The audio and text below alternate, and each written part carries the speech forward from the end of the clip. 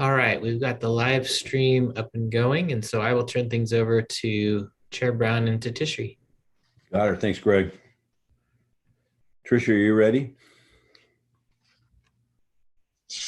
I just want to make sure we have a quorum. If anyone is not a board member and it's not your turn to present, please turn off your cameras if possible.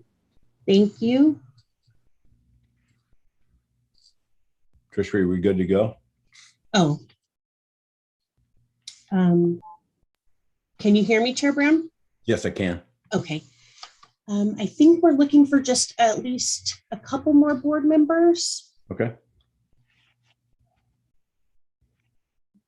Director Powell and Director Pena. But we do have a quorum now. They're still not here with us, though. Right. If you don't mind, can we wait?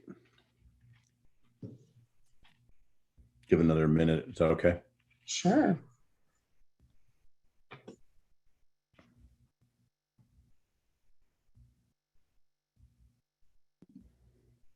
And Tishri, thank you for your continued support on this end too. Really appreciate it. Oh, you're welcome.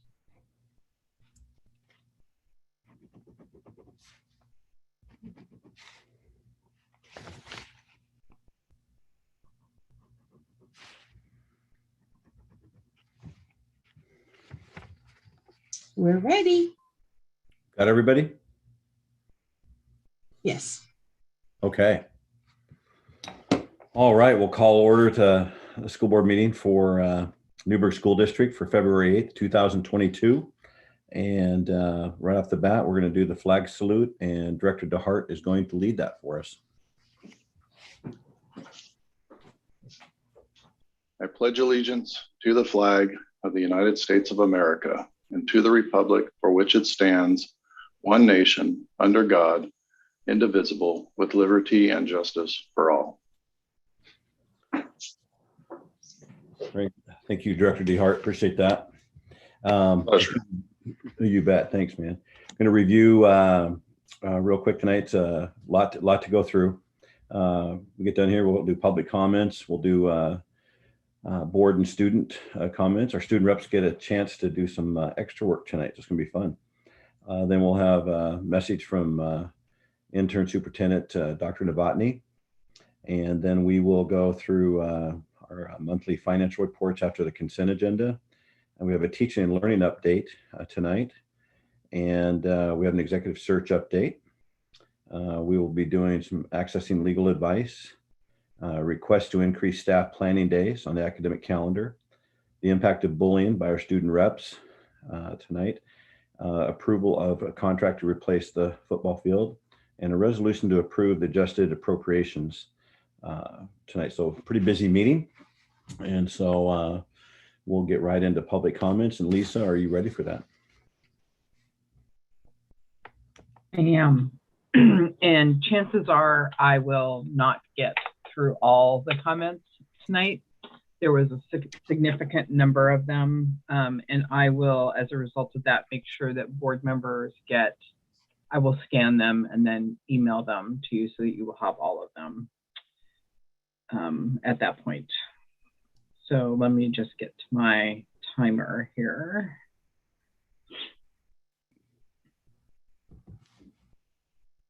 Okay.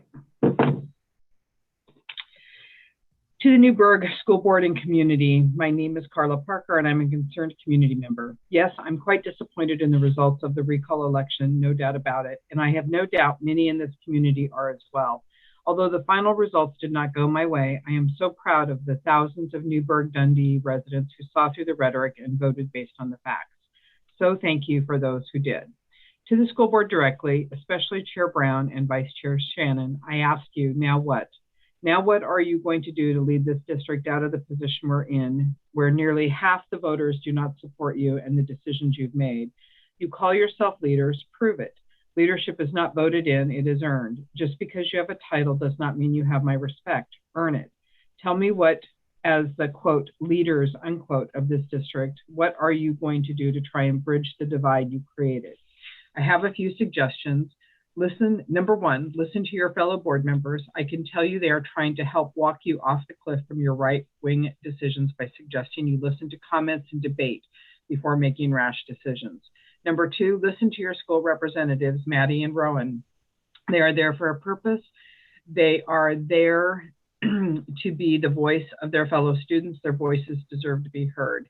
Number three, listen to your staff. I hear story after story of staff members at the end of their ropes. They are on the first line of teaching your district's children. I beg you to support them or you may lose them. Number four, listen to your constituents. Many of us do not believe in some of your policies, fine, but to feel shut out from the process, from having a voice that will be heard in that process, as I have felt, is unacceptable. Number five, listen to your students. Aren't they the most important piece of the pie? I have yet to hear a public comment from a student supporting your actions. Many of these students have had to be so brave to share their stories, and I do not think you have listened to them at all. So Chair Brown, you have stated you want people in this community to continue to ask questions. We got to our 2 minutes. Oh, and did I say that was Carla Parker? Melanie Mock. People in education often talk about the outcomes. That is, how a curriculum is designed and a teacher's pedagogical approach will manifest change in students, specifically in terms of what students will know and demonstrate at the end of a learning period. As I've listened to the board over the last half year, I continue to wonder, do some of these folks understand anything about education? And if they do, what outcomes are they hoping for? Because it hasn't been clear in any of the actions this board has made since June 2021 that there is any kind of plan to improve the education of students in this district, nor that there is even any sense of what it means to be an educator, working hard to help students learn and grow. Indeed, it almost seems like the motivation of this board has been to undermine the educators' work, as well as the outcomes they have identified, and for which they have carefully created curricula and teaching methods. Given the last 6 months of chaos and disruption, I'm inclined to conclude that for 4 members of this board, the hoped for outcome is the complete dissolution of the Newberg School District. After all, the outcomes for their actions have included the no-cause firing of a very popular superintendent who had in his short time with the district righted a struggling ship, the loss of hundreds of thousands of dollars for said firing, as well as to hire counsel to file multiple lawsuits, the disruption in students' learning and deep divisions in our community because of the flag ban that is poorly written and likely unenforceable, the continued hemorrhaging of talented educators in our district, including the loss of 2 principals in the past week who resigned because they would rather work elsewhere than fight against a school board who will not support their efforts to help students succeed. 4 school members have reaped what they have sown over the last few months. Unless something changes, it's clear that more talented educators will leave our district, going to places where they can be supported, their work appreciated, that more parents will pull their children from our schools because they want them in spaces where they can feel welcome. Joe Darby. The most recent scientific studies show masking our students and staff have no positive effects and have negative effects on mental health. Please do the best thing for our future and remove the mask mandate.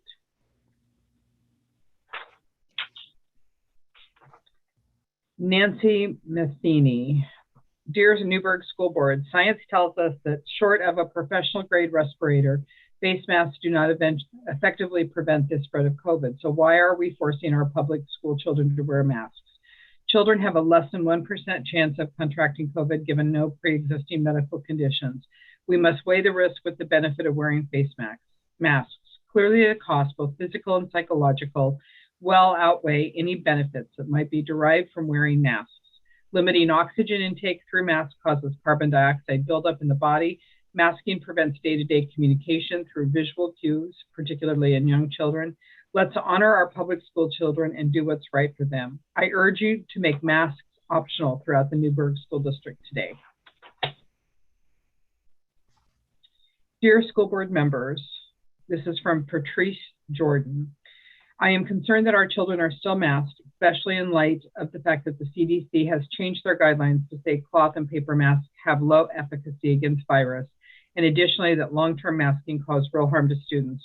Compliance with the OHA's current resolution that demands mandatory masking of children in school would have us in non-compliance with the current CDC guidelines.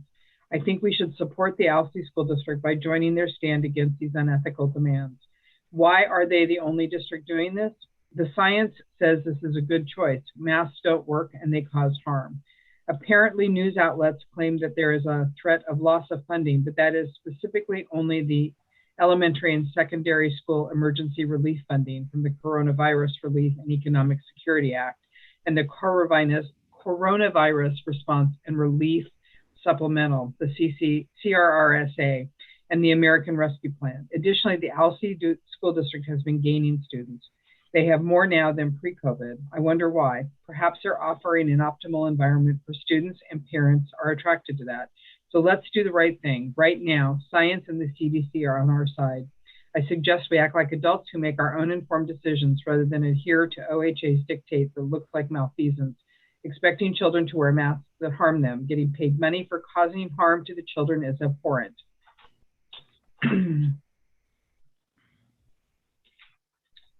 Roger Courier. And there's a link to a Facebook group that says NDPD Citizens Watch. And then under it says Bobby Avil, A-U-V-I-L. How about forcing my kid to administer her own COVID test at school, which we decided as a family wouldn't be acceptable by way of threatening her with failing her finals for the term if she didn't comply. Then they openly discussed another student's private health information with her. We are done with the public school after this year for our two youngest girls. We are not going to take part in any more of this faux-demic. I don't trust the schools and staff anymore. It's no longer education and best interest for children. It's fear-mongering and agenda-driven rhetoric being echoed in their brains. Jill Blankenbiller. Newberg School Board members, I beg you drop the mask mandate for Newberg School District. Newberg school children now, concerned Newberg resident. Jeremy Kitchen, I urge you to make masks optional in the classroom. They have been deceptively unuseful this entire time. They have done nothing to stop the spread of COVID. It has done unrepairable damage to our kids by not allowing them to see facial or mouth movements of their peers and teachers. These things are absolutely essential for learning. I urge to all to make them optional once again. Also, thank you for standing up for our kids. I have no doubt that the Newberg School District will start focusing on education first. We are behind you 100%.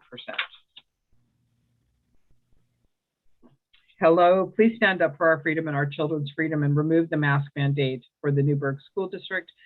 Face masks soften a speaker's voice, conceal vocal tones, hide facial expressions that relay essential nonverbal information.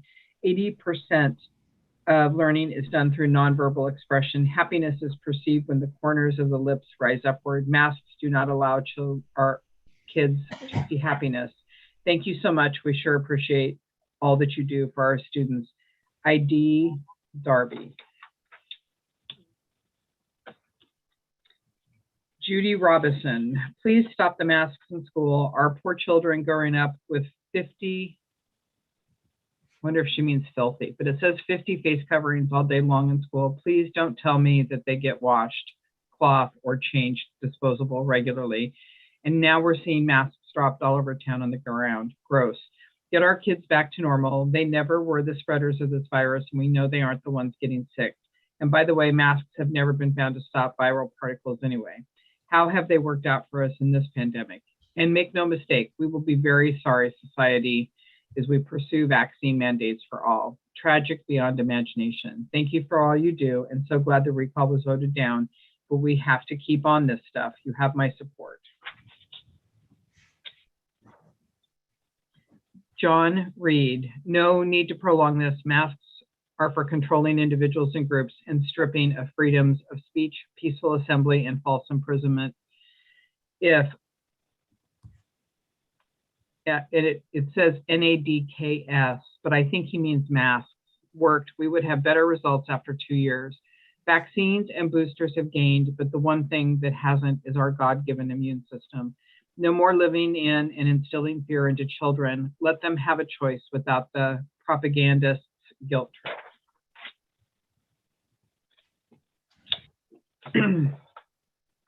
Listening to the public comments during the last Newberg School Board meeting, which were full of congratulatory praise for Directors Brown and Shannon, I found myself asking three questions. What have the school board majority gained? What has the Newberg School District gained? And what has the Newberg community gained? In terms of what have the school board majority gained, Directors Brown and Shannon, while you have maintained your seats as school board directors, the results of the recall election show that half of the voters in the Newberg-Dundee community do not support your behaviors, attitudes, and policies. In my opinion, this also means these voters do not respect, trust, and support your ideology, behavior, and leadership. Directors Brown, Shannon, DeHart, and Powell, you are not winning when half the community disrespects, distrusts, and has no confidence in your leadership. Your seats are supposed to be nonpartisan. You have ignored that and have created true partisanship in the school district. What has the school district gained? In the past months, the community has watched the Newberg School District go from a successful, collaborating, and organized district to one which is dealing with uncertainty, unnecessary stress, and resigning staff. Our leaders and teachers show up every day to do their jobs of teaching curriculum that align with the requirement, state standards, test scores, and recent front page article in the Newberg Graphic about increased graduation from Newberg High School proved that the Newberg School District has been successful because of the outstanding teachers and leaders. Research shows that students succeed in an affirming, respectful, and compassionate environment. Sadly, you have stripped away this safe learning environment from students and have created a, quote, big brother is watching you, unquote, scenario, where anyone can file a baseless grievance about a staff member for a perceived violation of your political, quasi-political, or controversial policy. Your policy is so vague, subjective, and poorly written that even as board members, you are having a difficult time understanding it and enforcing it. Significantly more, but I'm at my 2 minutes. And that was Susan Delventhal. Peter Sekuradal, I am writing you for the first time to urge you to vote to make masks optional for students. Recent research has confirmed that restricting the ability of children to see faces can have devastating developmental and psychological impacts, especially in young children. Additionally, children, and especially healthy children, are at a minuscule risk for COVID-19. As of 2/2/22, in the last 2 years, 910 children under 18 tragically died while concurrently having an active COVID-19 case. In just 2019, 1,282 children under 14 died from motor vehicle accidents in 1 year. If masks are required to keep children safe, it would also be wise to prohibit children from traveling to school in a motor vehicle as well to keep them safe. Finally, cloth masks are entirely ineffective in preventing infection with Omicron. Anyway, according to CNN reporting, once again, due to the disproportionately small expected benefit from children wearing masks compared to the probable damages to their emotional and psychological health and well-being, I strongly urge a vote to allow parents and students to be permitted to make their own risk assessment and determine whether or not wearing a mask is appropriate to their circumstance. School board members, I urge you to make mask mandates optional across the school district. 1, masks are psychologically and physically unhealthy for our youth. 2, masks don't work.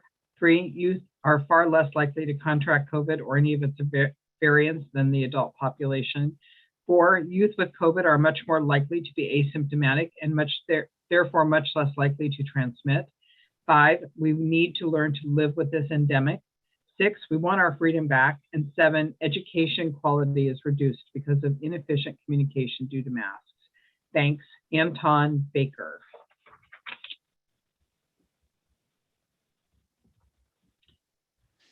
I would like this email read at the school board meeting, February 8th. I'm asking this board to immediately enforce the board's prior 4-3 vote in favor of making masks optional. This board is responsible for the health and well-being of our children, not to a tyrannical authoritarian in Salem. It's been reported by almost everyone, including the CDC, advisors to the White House, and the World Health Organization, and tens of thousands of other doctors, that cloth masks do nothing to stop someone from getting COVID or transmitting it. We also know this by simply using our eyes and applying common sense. Kids and teachers have been masked for almost 2 years, yet it didn't stop anyone from getting or spreading COVID. Obviously, masks don't work. However, what they do is cause irreparable harm to our children. Studies have shown massive increases in anxiety and depression in children. Others are developing speech disorders, and many children are falling behind in social development. Special needs children, like the deaf, rely on seeing people's faces to communicate. They are also being hurt. This is all being done for no reason at all. Children have almost 0% chance of dying from COVID. Many studies have shown the common flu is actually far more dangerous to children than COVID, yet we don't mask our children for the flu. Many doctors have said that Omicron is a cold virus, but because we live in a state that has an authoritarian governor and state legislator, they want to keep fear at a maximum, so they continue to control people. It's wrong, and it is pure evil. This board should always have a well-being of our children as the main priority and not let our children be abused every single day because a tyrant in Salem says so. If the same tyrant wrote an order, not a law, saying we're going to randomly come to schools and just take children, would you follow that too because she says so? I would hope not. I am confident 4 people on this board would stand against it, and I hope the interim superintendent would stand against it and do the right thing. And that was Brandon Casey. To Newberg School Board members, I'm writing this letter to voice my thoughts and concerns with respect to present dynamics in the school district. Much has been said and done that grieves us all, for our community is divided, trust has been broken, and it is difficult to envision both relational repair and positive forward movement in the culture we find ourselves presently. It seems the one thing people on both sides of the aisle agree on is that we have problems. And there are many good-hearted people, well-intentioned people from each camp who are willing to make significant sacrifices in the hopes of gaining traction toward a solution. However, not all efforts to solve problems are equally effective. Some, in fact, are quite destructive. When I first saw all the black screens on Instagram, I didn't know what was going on. Then I found out it was a movement against racism, and I wanted to get involved. Few things motivate me to action more than resisting those who treat others badly. Rather than making my own Instagram post or joining an assembly I knew nothing about, I began asking questions and doing research. I read books from authors with vastly different positions. I watched carefully, taking a keen interest in the beliefs and practices of BLM organization. My findings have led me to conclude that BLM is actually a racist organization that is neither seeking racial conciliation nor assisting the people it claims to support.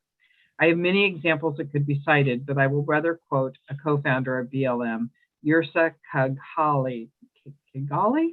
Whiteness is not humanness. White people are subhuman. White skin is genetic defect of blackness. I assume Suri's story is a sad one that ought to be heard. However, endorsing and partnering with an organization that fails to provide accountability and correctives for their leadership and members is not a wise move for those of us that want to be part of a solution to racial injustice. Black lives absolutely matter, and I'm willing to join and support organizations that find oppression and truly resist it. I'm gonna stop there. And that was Isaac Lynn.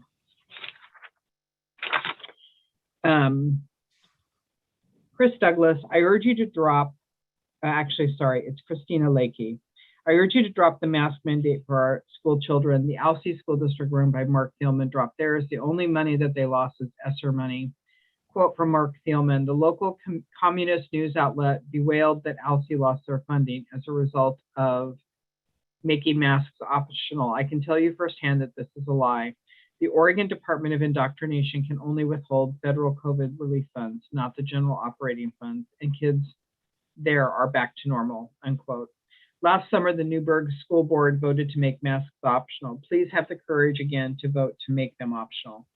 I urge you to make masks optional across the district. Masks are psychologically and physically unhealthy for our youth. Masks don't work. Youth are far less likely to contract COVID or any of its variants than the adult population. Youth with COVID are much more likely to be asymptomatic and therefore much less likely to transmit. Those who want to wear a mask can. Please stand up for our freedom and our children's freedom and remove the mask mandate from the Newberg School District. Also, would you please explain in the next school board meeting what type of and how much funding will actually be lost by refusing the mask mandate? A cost per student analysis would be helpful.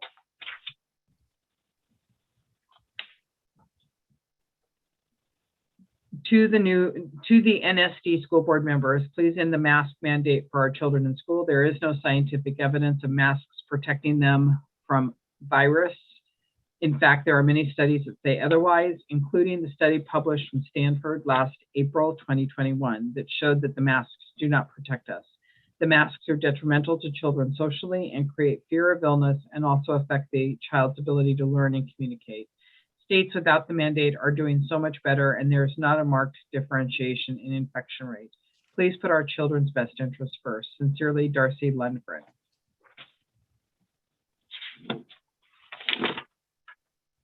Please end the mask up mandates on our children. They're doing more harm than good. Science has proven they don't work, and they are just bacteria catchers. Thank you. Debbie O'Kelly. Erin Harris. As a parent of multiple children in our school system, I beg you to do away with the mask mandate. It's scientifically proven these masks do not do anything to protect from the virus. Please unmask our children. Thank you. Kim Lopez Gomez, Kim Gomez. To the board of Newberg, please unmask our students. It's been a tough couple years. They are discouraged, downtrodden, no motivation anymore, and are ready to just quit going to school or having any goals for their future. The rest of the country is living life, and if someone is sick, they wear a mask and keep their distance. We don't all need to wear masks. It's proven they don't work. Give them hope. Thank you. Jennifer Jones, please end the mask mandate. It's been proven. Everyone is still getting sick. They don't help. Thank you. Hello, my name is Crystal Hughes, and I'm a mom of 4 here in the Newberg-Dundee School District. I pulled my children this year to homeschool for several reasons, one of them being the mandated masks. Our children should not have to endure the use of masks. It is proven not to be effective. They are not at high risk anyway, and it impedes them in their educational and social life. We need to follow the science and let our kids be kids. Please remove the masks. I can honestly say that my kids will not return to school that continues to make masks mandatory. Thank you for hearing my request, Crystal. Ray Dean, I'm writing to urge you to make masks optional for all of the Newberg school districts. Please stand up for our children's freedoms. It's been 2 years. Enough is enough. Patrick Wall, please stop suffocating our children. They do nothing but harm. Let them breathe and smile again. Sandy Mitchell, please put an end to the mask mandate the science doesn't support. Stop the insanity that our school system has become. Let us get back to normal. Brandon Henry, I would first like to thank all of the board members for serving our children and working toward the solution of making our schools about learning and giving our children a good base knowledge so they can be contributing members of society. That being said, I do believe we are past the need for masks full-time in our schools. The people that want to be vaccinated are vaccinated. The people that aren't are aware of the risks and have made their decision based on what they believe. Continuing to force this on our children is not the answer, especially since this is not affecting the healthy children the same as the unhealthy adults. Let the kids who feel more comfortable wearing a mask continue, and let the kids that are ready to move on do the same. Thanks again for all you do. It's not easy. Dear school board members, thank you all for serving on the Newberg School Board. It's a privilege to serve our children and our students and parents. But I know that with that comes a lot of responsibility for you all. I'm asking that you would please make masks optional for our students and teachers. If we truly humble ourselves and look at peer-reviewed studies, masks do not work to stop the spread of this coronavirus. Sadly, masks are psychological and physically unhealthy to our youth. It is an act of mercy that youth are far less likely to contract COVID, and if they do, they are asymptomatic and have cold-like symptoms. Those who want to wear masks should be able to freely, but I truly believe there won't be many people who will. Please stand up for freedom of expression in more ways than one, freedom of choice, medical freedom, bodily autonomy, and parental rights. Our children and parents deserve to be listened to, and for those in authority, all of you, to represent what our community desires for our children. Would you please explain in the next school board meeting what type of and how much funding would actually be lost by refusing the mask mandate? A cost per student analysis would be helpful. Thank you. Brooke Rapid. Janet Steele, Sam and Janet Steele, please put an end to the school mask mandate. With all we know about Omicron not being any more of a threat than the flu is, and the masks doing more harm than good, it's time to let kids breathe. Masks should not be mandatory. I strongly oppose the mandated wearing of masks in schools by students. If the student's family wants the student to wear a mask, they can make that decision. I strongly urge each director to vote against the mandated wearing of masks by students in schools. If the student's family wants the students to wear a mask, they can make that decision. According to a recent report in USA Today, with vaccines available, mask mandates are not necessary. And these are all quotes. Even in unvaccinated children, rates of serious disease from COVID are similar to that of seasonal flu and do not normally take exceptional precautions in schools for flu, which we do not normally implement school mask mandates. Find that well-controlled, real-world studies consistently fail to have a convincing benefit, while studies cited to support masking have serious flaws. Reported by Scott Bullsites, Dr. Lucy McBride, Dr. Kristen Walsh, Carol Vidal, please, no mandated wearing of masks of students in school. Give the family the freedom to make a choice. Kathleen Blankenbiller. To the Newberg School District Board and the Superintendent, I typically would ask that you consider removing the mask mandate imposed on our children, but unfortunately being polite doesn't get us anymore. So instead of asking, I'll tell you, it's time to remove the mask mandate. Masks do not work and do not prevent the spread of COVID for many reasons. Cloth masks worn improperly, overused, filthy, and so on. Make the mask optional for people who are scared and wish to live in fear. I vote for the current school board majority because I want sensible decision-making over propaganda and dangerous rhetoric. Don't allow the state to raise our children in fear. Let the individual decide whether to wear or not wear a mask. Sincerely, Paul Rapid.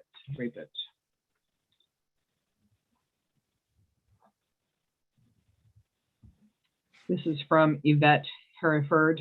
Good evening, school board members. I encourage the board to pursue making masks optional in the school district. What began as precautionary has now long run its course. It seems logical at this point of the COVID cycle that children would be better suited and served to be released from this burden. From all the reading and research I've done, it seems the best choice at this time. Please think of the children, think of the damage these last 2 years have caused in so many ways. Make another step toward returning to normalcy. I look forward to a time when all this is behind us and we can set our minds onto something of value. Of course, in caring for the vulnerable, encourage, love, and support each other of those that are concerned to continue to mask. We want everyone to feel as comfortable as possible. I pray for discernment, wisdom, and logic to return to our community. Thank you to each and every board member. I recognize that every one of you are here to serve the kids of Newberg.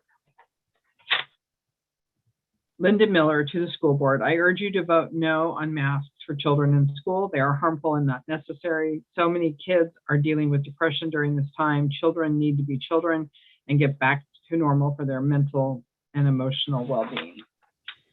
Jack Lyda to the school board. The board voted last summer to make masks optional, and I urge you to make masks optional again. Masks are unhealthy and don't work in stopping the spread of COVID. Our students and staff deserve a more normal learning environment. Beth Kaiser. This will be the last one I'll be able to read because I will be at my 30-minute limit after this. Greetings to the board. I applaud the fact that Dave Brown and Brian Shannon were victorious in the waste of taxpayer money's recall efforts. We need a board who is willing to work together. I hope that Directors Piros, Pena, and Penner will assume a cooperative spirit and be willing to listen and compromise. I believe all members have the children's best interest in mind. However, sometimes one person's best interest is not the same as the others, and cooperation is necessary when making decisions by committee. It would be refreshing to see a discussion where everyone speaks in kind tones, gives a little bit, and arrives at a good outcome. And I believe that needs to start with Directors Piros, Pena, and Penner. I'd like to remind the board that last summer they voted to make masks optional. The students need to see facial expression to understand context, as do the teachers.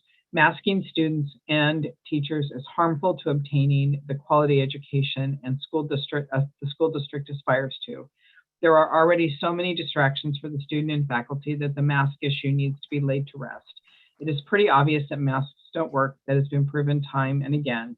If Newberg School allows masks to be optional and are in threat of losing federal COVID relief money, it will not affect the school's operating funds, so that should not dissuade the decision. Be bold and take a stand against government overreach and stand for excellence in education and for the children to have a traditional school experience instead of this unnatural experience they have been forced to live through. What is happening to the children is abusive and it must stop. That's all for tonight, Chair Brown. Thank you, Lisa. You're getting pretty good at reading fast. Well, I'm sure we'll talk about some of that stuff later. Appreciate everybody calling in with your comments. And again, we are having Lisa Freely, our district attorney, read those because of the way we do our board now. We'll probably get back to the point sometime in the near future where, you know, you'll be able to speak for yourself. But I appreciate Lisa for taking on that responsibility. Thank you. So next up, we will go to board and student rep comments. And so I will start with Director Pinner. You're up first. Actually, may I go first, if that's okay? Oh, sure. Go ahead. Thank you. My comments tonight will be in Spanish, but don't worry, for those of you ready to complain about my bilingualism, I will be translating what I say to English. The beauty of being bilingual is that I'm skilled enough to communicate fluently in both languages. Cuando me postulé para la mesa directiva en el 2017, lo hice porque quería ver personas de color en posiciones para tomar las decisiones. La representación importa. Así que seguí las palabras de Gandhi, sé el cambio que deseas ver en el mundo. Aunque perdí esa elección, sabía que en realidad no la había perdido. Ahora la gente sabía que una latina se había postulado para un cargo local. La posición quedó vacante y decidí aplicar. Durante mi entrevista le pregunté a la mesa directiva qué sistemas tienen para apoyarme en este rol sin utilizarme. Aunque no había una respuesta clara, sabía que estaban dispuestos a aprender y trabajar conmigo para asegurarse de que me sintiera escuchada. Fui elegida como miembro de la mesa directiva del Distrito Escolar de Newberg el 14 de enero del 2019. Vuelvo a cómo comenzó esto para mí, porque sabía que estaba entrando en un sistema que no fue creado para personas que se parecen a mí o que tienen mi experiencia. Los primeros 6 meses aprendí a navegar el sistema y me sentí más apoyada por mis compañeros. Los últimos 3 años no han sido fáciles. A menudo repito dichos que mis mentores han compartido conmigo y esta noche no será la excepción. Al reconocer que la muerte es segura y la hora de la muerte es incierta, ¿qué es lo que debo hacer? Elijo liderar con el ejemplo y poner como prioridad mi bienestar. Renuncio a mi cargo como miembro de la mesa directiva del Distrito Escolar de Newberg como representante de la zona 4, con efecto inmediato. Esta no fue una decisión fácil, pero es la decisión correcta para mí. Lo valgo, me merezco dejar atrás este ambiente de trabajo tóxico. Ya no toleraré el abuso emocional y psicológico. Para aclarar, no uso la palabra abuso a la ligera. Parte de nuestra capacitación de la mesa directiva incluye poder identificar el abuso. Lo que he vivido, y estoy segura que otros también lo han hecho, es solo eso, abuso. Ya no participaré en el daño a nuestra comunidad. En cambio, continuaré abogando apasionadamente por la educación equitativa que nuestros estudiantes merecen. Lo haré reinvirtiendo mi energía de otras maneras. Nuestros estudiantes merecen ser vistos, escuchados y elevados. Hoy reafirmo mi compromiso con los estudiantes.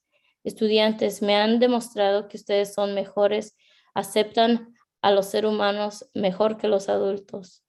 Esto puede sonar un poco cursi, pero por favor nunca cambien.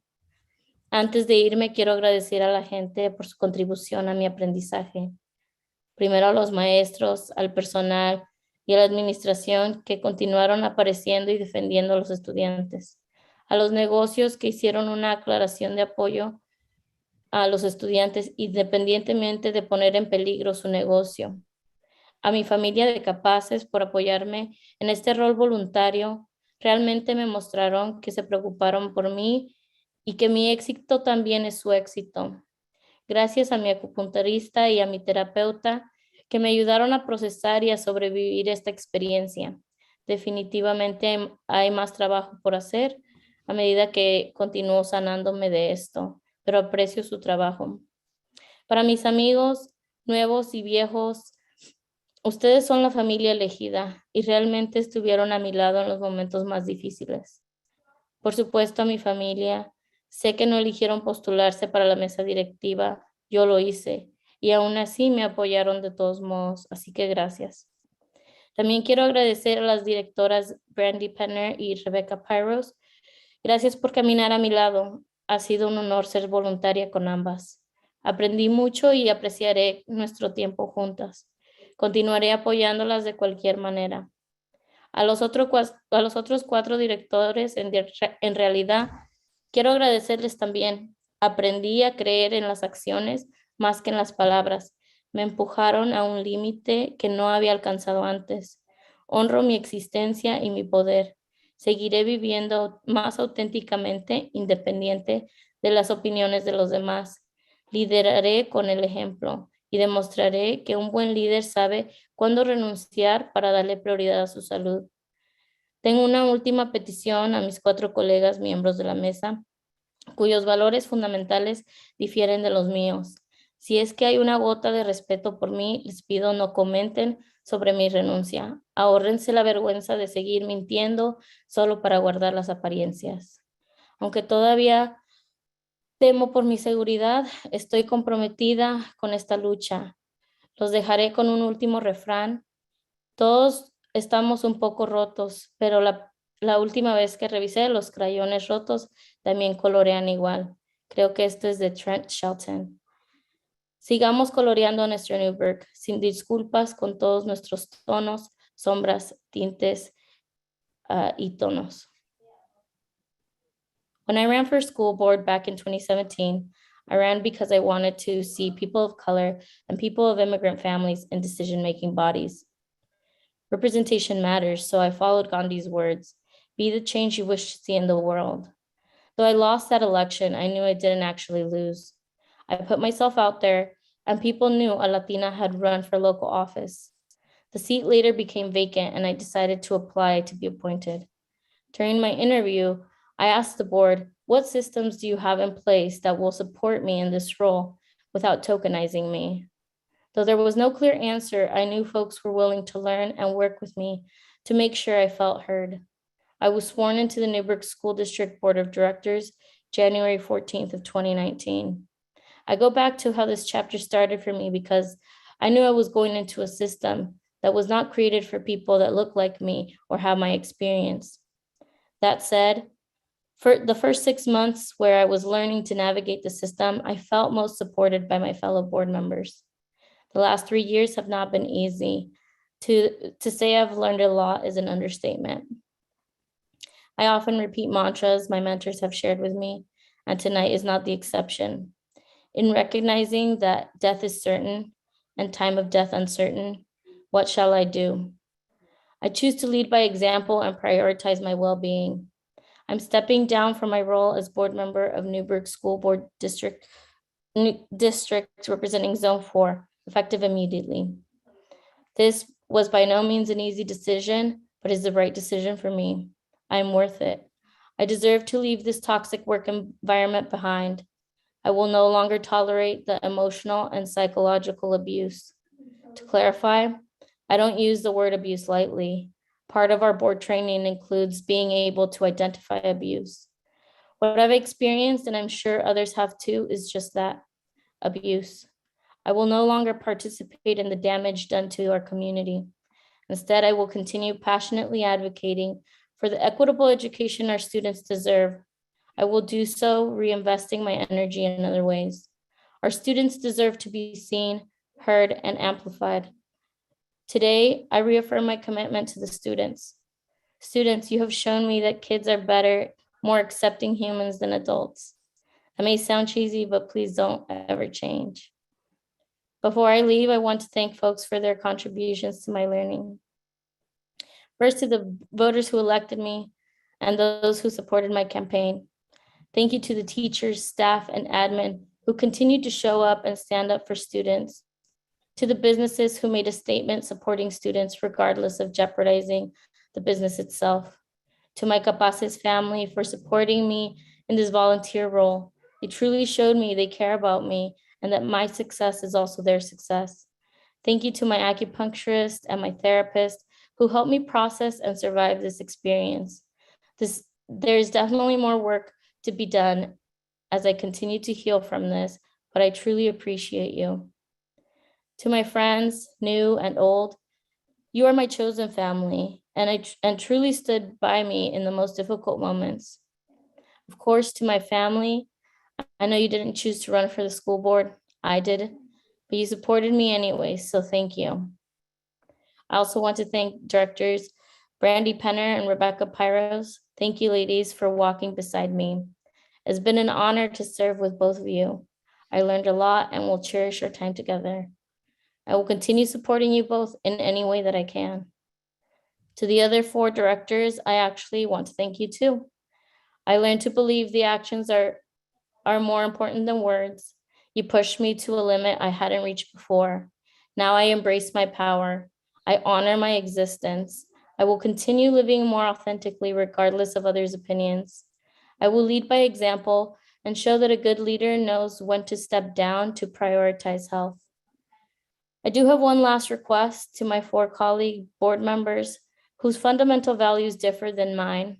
If there's even a drop of respect for me, I ask that you don't comment on my resignation.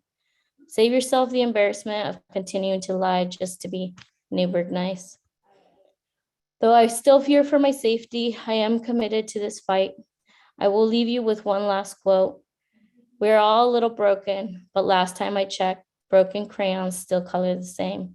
I believe this is by Trent Shelton. So let's keep coloring our Newberg unapologetically with all of our hues, shades, tints, and tones. Gracias. Thank you. Okay. Well, Director Pena, thank you very much for explaining all that, and appreciate all the work you've done for the school board. And I'm going to let everybody else go ahead and comment first, and we'll move forward. But thank you for all your service. Next up, I'll go with Brian Shannon. I don't have any comments this evening. Okay. Rebecca Pyros.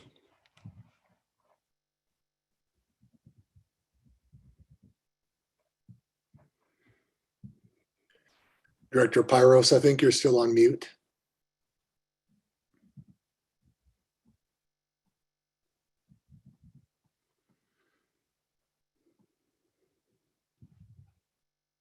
Okay, I'd like to congratulate the 9 students from Newberg High School who were chosen Student of the Month for their core value of integrity.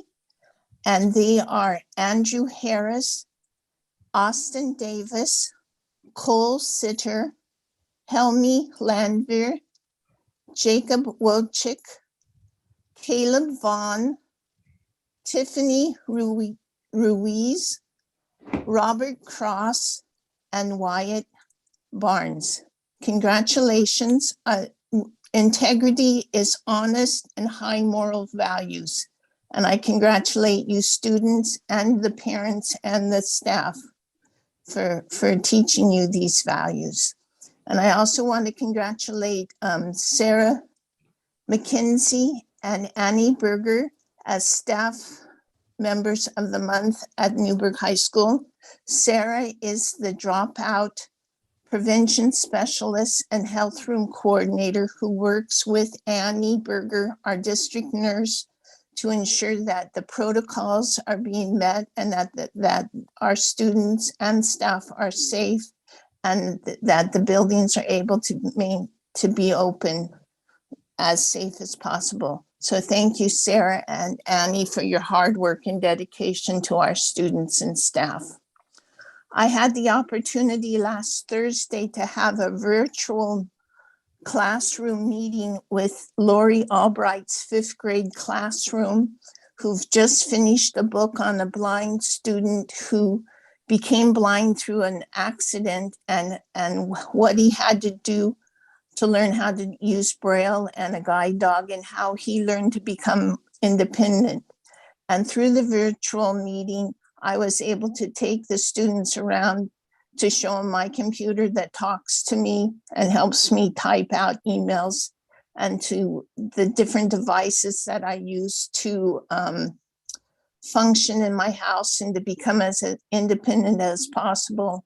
And then I had a 45-minute question and answer portion, and the students were so engaged and so quizzitive, and it was delightful. And then at the end, I was there when Lori and the students ended the day the way Lori has been doing this for 30 years, saying, we will work together in Spanish, German, Eskimo, and English. She learned this phrase with her first teaching assignment in a community close to the Arctic Circle, and that's why the Eskimo. And it really touched me. I live around three of the schools, or four actually: Mountain View, the high school, Mabel Rush, and Catalyst. And as I go walking around the neighborhood, I often am passed by Shayna Barrier's discovery class from Catalyst. And it's quite delightful to run into a group of students going for a walk in the neighborhood. And I think the Catalyst program is a great program, and want to congratulate them. Oh, I also want to congratulate the Newberg High School for improving graduation rates by 1% when the state of Oregon graduation rate dropped 2%. That goes to show that we are really doing something. I know it's a little nudge up there, but it means that more students have graduated, and I appreciate all the hard work and effort our staff does to ensure that graduation rate increases, to ensure that the students get the education they need to continue on with their lives. And I do want to state with sad news that we heard the resignation of Dr. Luke Neff and principals Tim Graham and principal John McAndrews, and as well as the resignation of Jennifer Nelson, our board secretary, and AJ Swan, a budget committee member. And through all these resignations, they're going to leave a hole in the fabric of Newberg School District. Luke Neff has brought so much with the community engagement, and I've personally worked with all of these people, and you will be very much missed. You're very much appreciated, and we wish you all the best as you go on to new endeavors. And I want to say that I've appreciated working with Director Pena. She's brought a youthfulness and a different perspective that I have not been aware of before. She represents 21% of our student population, and she's been fierce and advocating for all students. And I'm sorry to lose her, but I can understand she needs to take care of herself, and I respect that. And I just hope the board, I think it would behoove the board, and I plead for some youthful candidates with a different perspective, because we need to hear from all voices. And we need to also have someone who's closer to the graduation age than our current population on the board, I think. So thank you very much. And that's it. Thanks, Director Pyros. Appreciate that. Director Powell. I have no comments right now. Thanks. Okay, thank you very much. Director Penner. Thanks, Dave. Thank you to everyone who sent in comments tonight, as always. I also agree, I hope to see a discussion on masks in our next agenda. And thank you to Rebecca for sharing the Student and Staff of the Month. I didn't know that information, so it was great to hear it and to celebrate some students and staff. And I'd like to begin tonight with a celebration and a thanks to our staff. Ewing Young Elementary School is celebrating 176 years in continued operation tomorrow. Children and staff will participate in celebrating by wearing Ewing Young gear and colors. And I'm really looking forward, excuse me, to seeing kids and teachers celebrating together. I'll be wearing my Ewing Young Mama t-shirt proudly. I think it's a huge celebration of education within our community. And thank you to every person in our schools who celebrate our kids every single day. As always, I am in awe of your ability to continue to focus on the needs of our students in tumultuous and uncertain times. And I thank every educator who has persisted through the last 2 years of distance learning and the ever-changing demands that we see of this global pandemic. Unfortunately, but not unsurprisingly, the consent agenda has an unsettling number of resignations and retirements. The resignation of educators and leaders is always difficult and disruptive, and in these challenging times, it can be even harder to say goodbye. Helen, I want to thank you for your years of service to the students of Newberg and Dundee.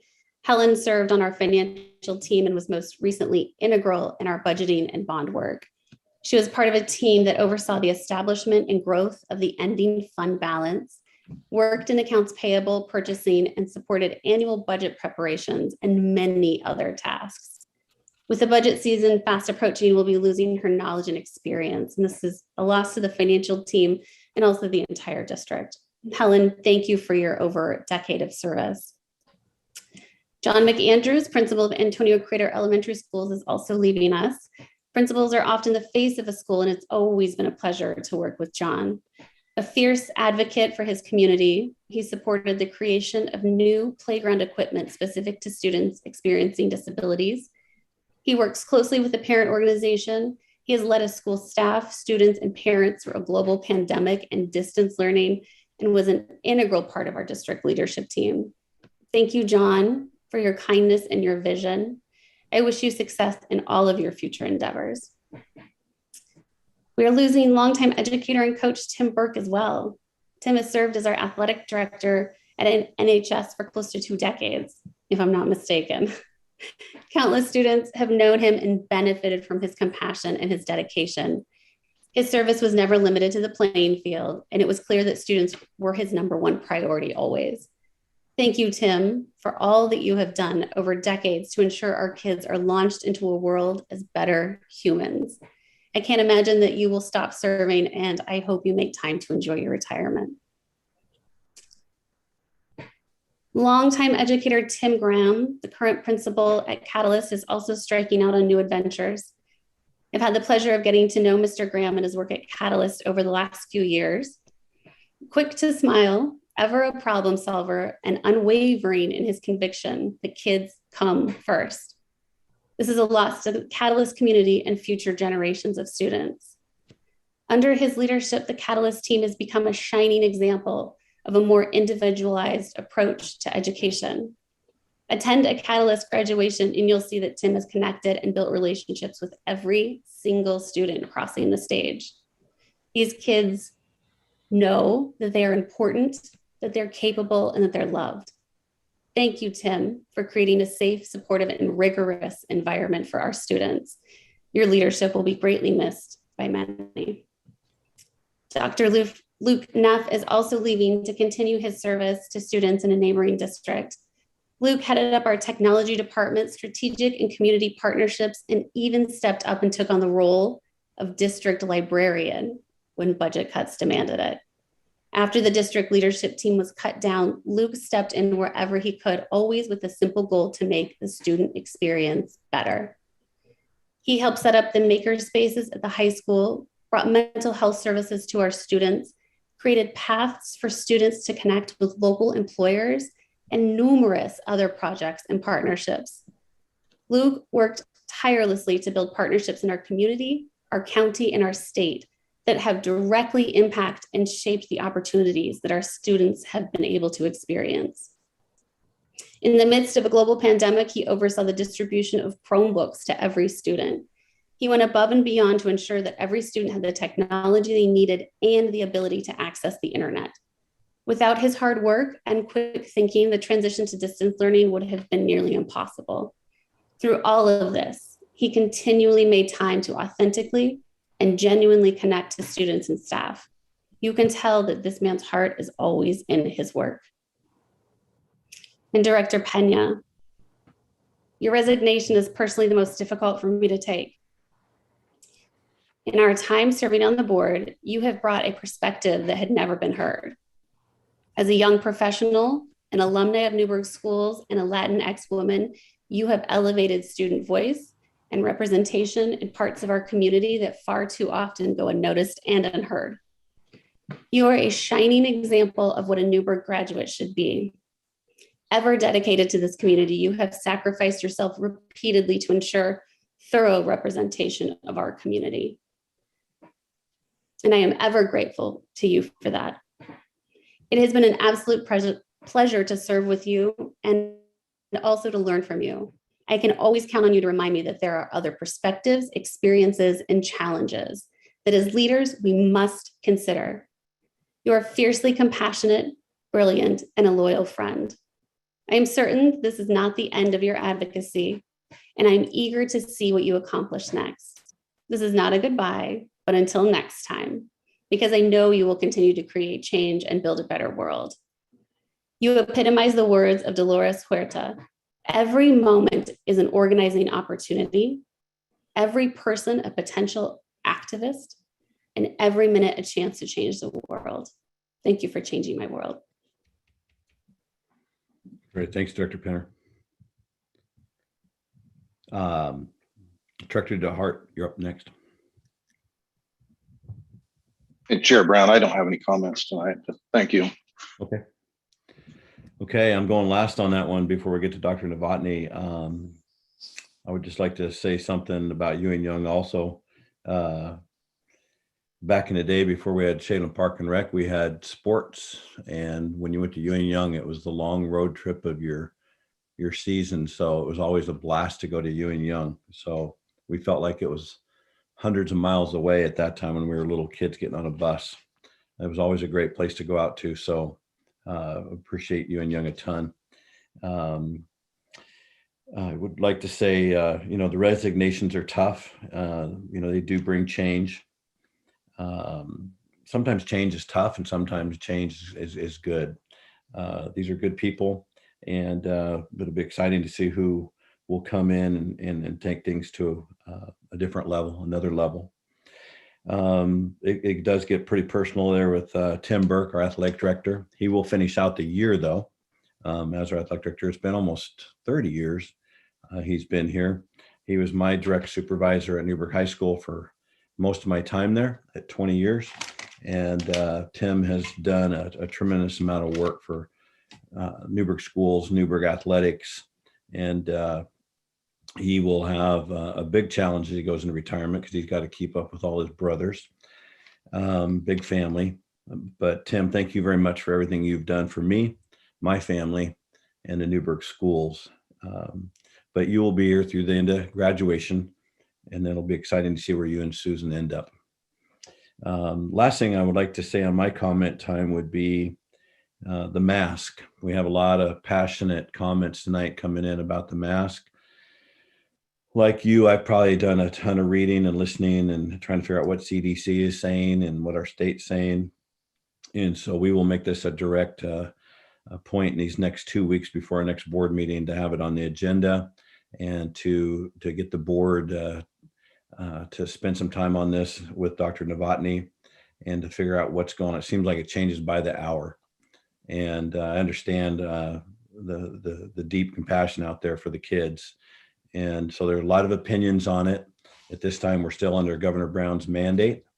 And we've been on that since after we voted last year to make mask optional.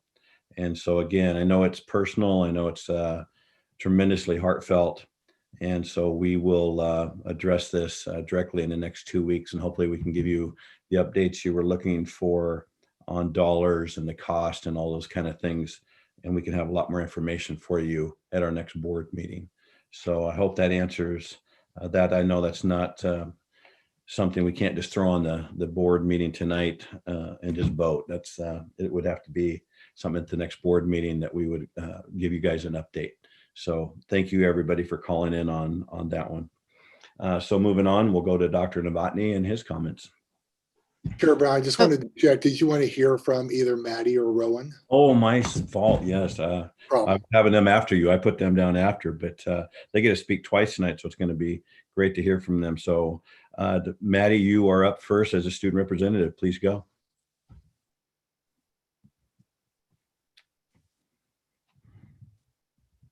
Can you hear me? Maddie, you there? You're good. You can hear me? Yeah, you're good. Okay. Well, first of all, I wanted to say thank you to Ines for everything. You were really welcoming to both Rowan and I when we joined, and I really am grateful for that. And for my comment, it's a little different. There's a teacher that asked me a couple days ago, she asked me if I felt like I was making a difference being on the board and like being able to speak and have comments. And she asked me if I felt like I was making a change. And I said no, like not really. And she asked me why. And I went into that. You don't really feel like you're making a change when no one's listening to you. You can do as much as you can and you can do whatever you need to do, but it doesn't feel like you're really truly doing anything if no one's hearing you. You can scream as loud as you want and you can put it up on a billboard, but if no one sees it and if no one hears it, then it really doesn't matter.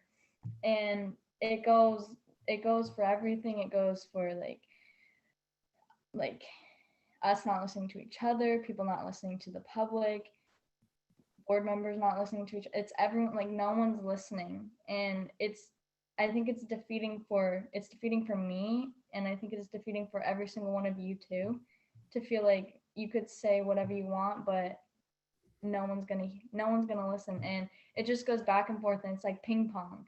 And anyone can say anything, but it just doesn't go through because no one wants to hear anything. And I just think that's a problem. And no one's ever gonna win a battle like that. You have to take some and you have to give some, and you have to find a happy medium, and you have to compensate, or else nothing's ever gonna get done and no one's ever gonna be happy. And when you give up some, like you're not gonna be completely happy, but it's gonna be better than not getting anything at all. Like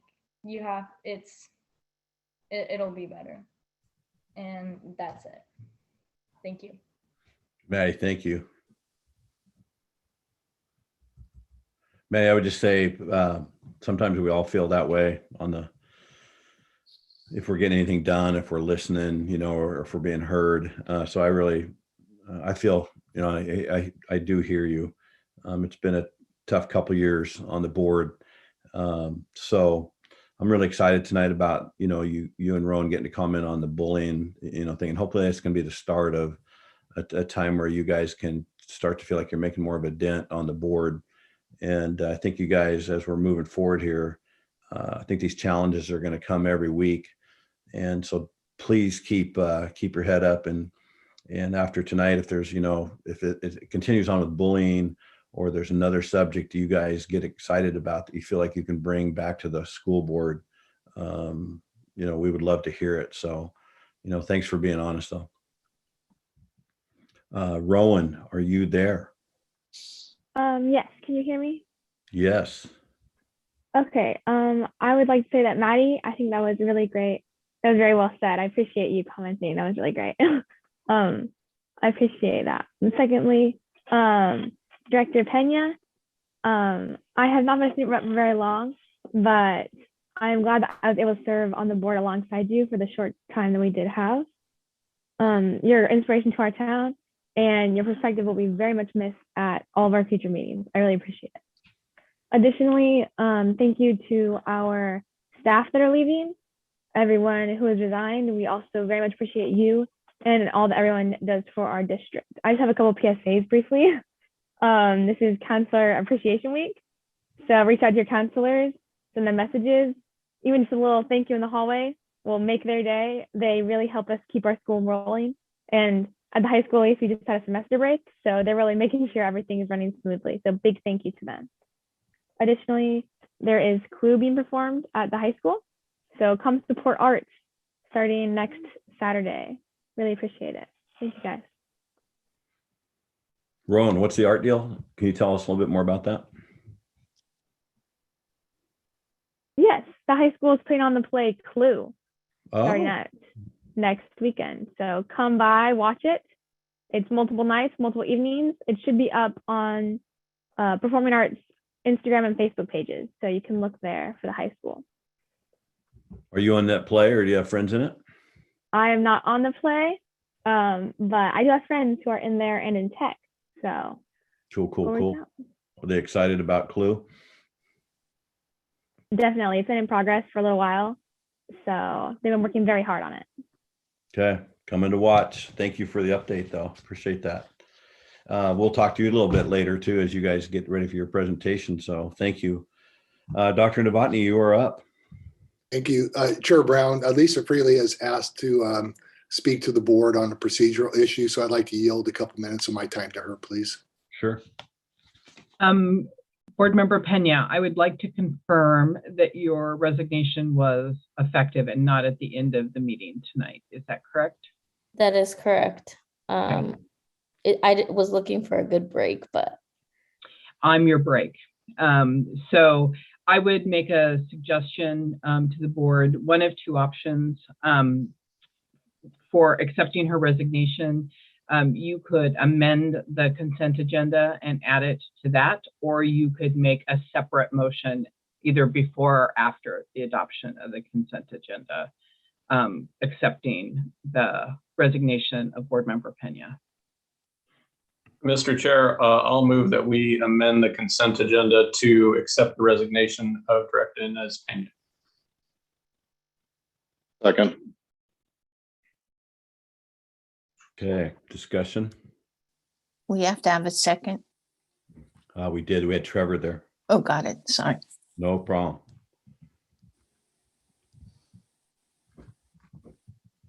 Lisa, should we vote on that now or should we wait until after Dr. Novotny speaks? You need to vote on the amendment to the consent agenda at this point, and then we'll allow Dr. Novotny to make his report. And then when you adopt the consent agenda, Board Member Inez, that will be when the resignation is officially accepted.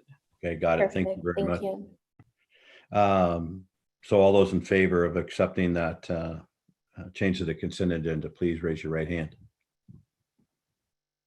We have to. I'm sorry. I know. I see 6 hands, so the motion passes. Thank you very much.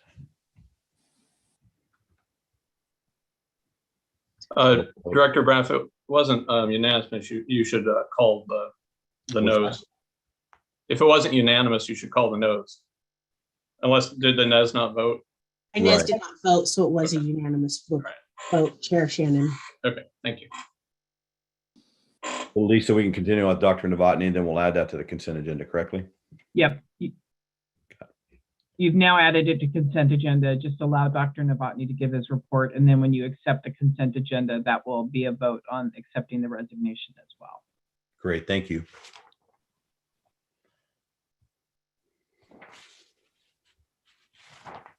Okay, Dr. Novotny, I think you're ready then. Thank you.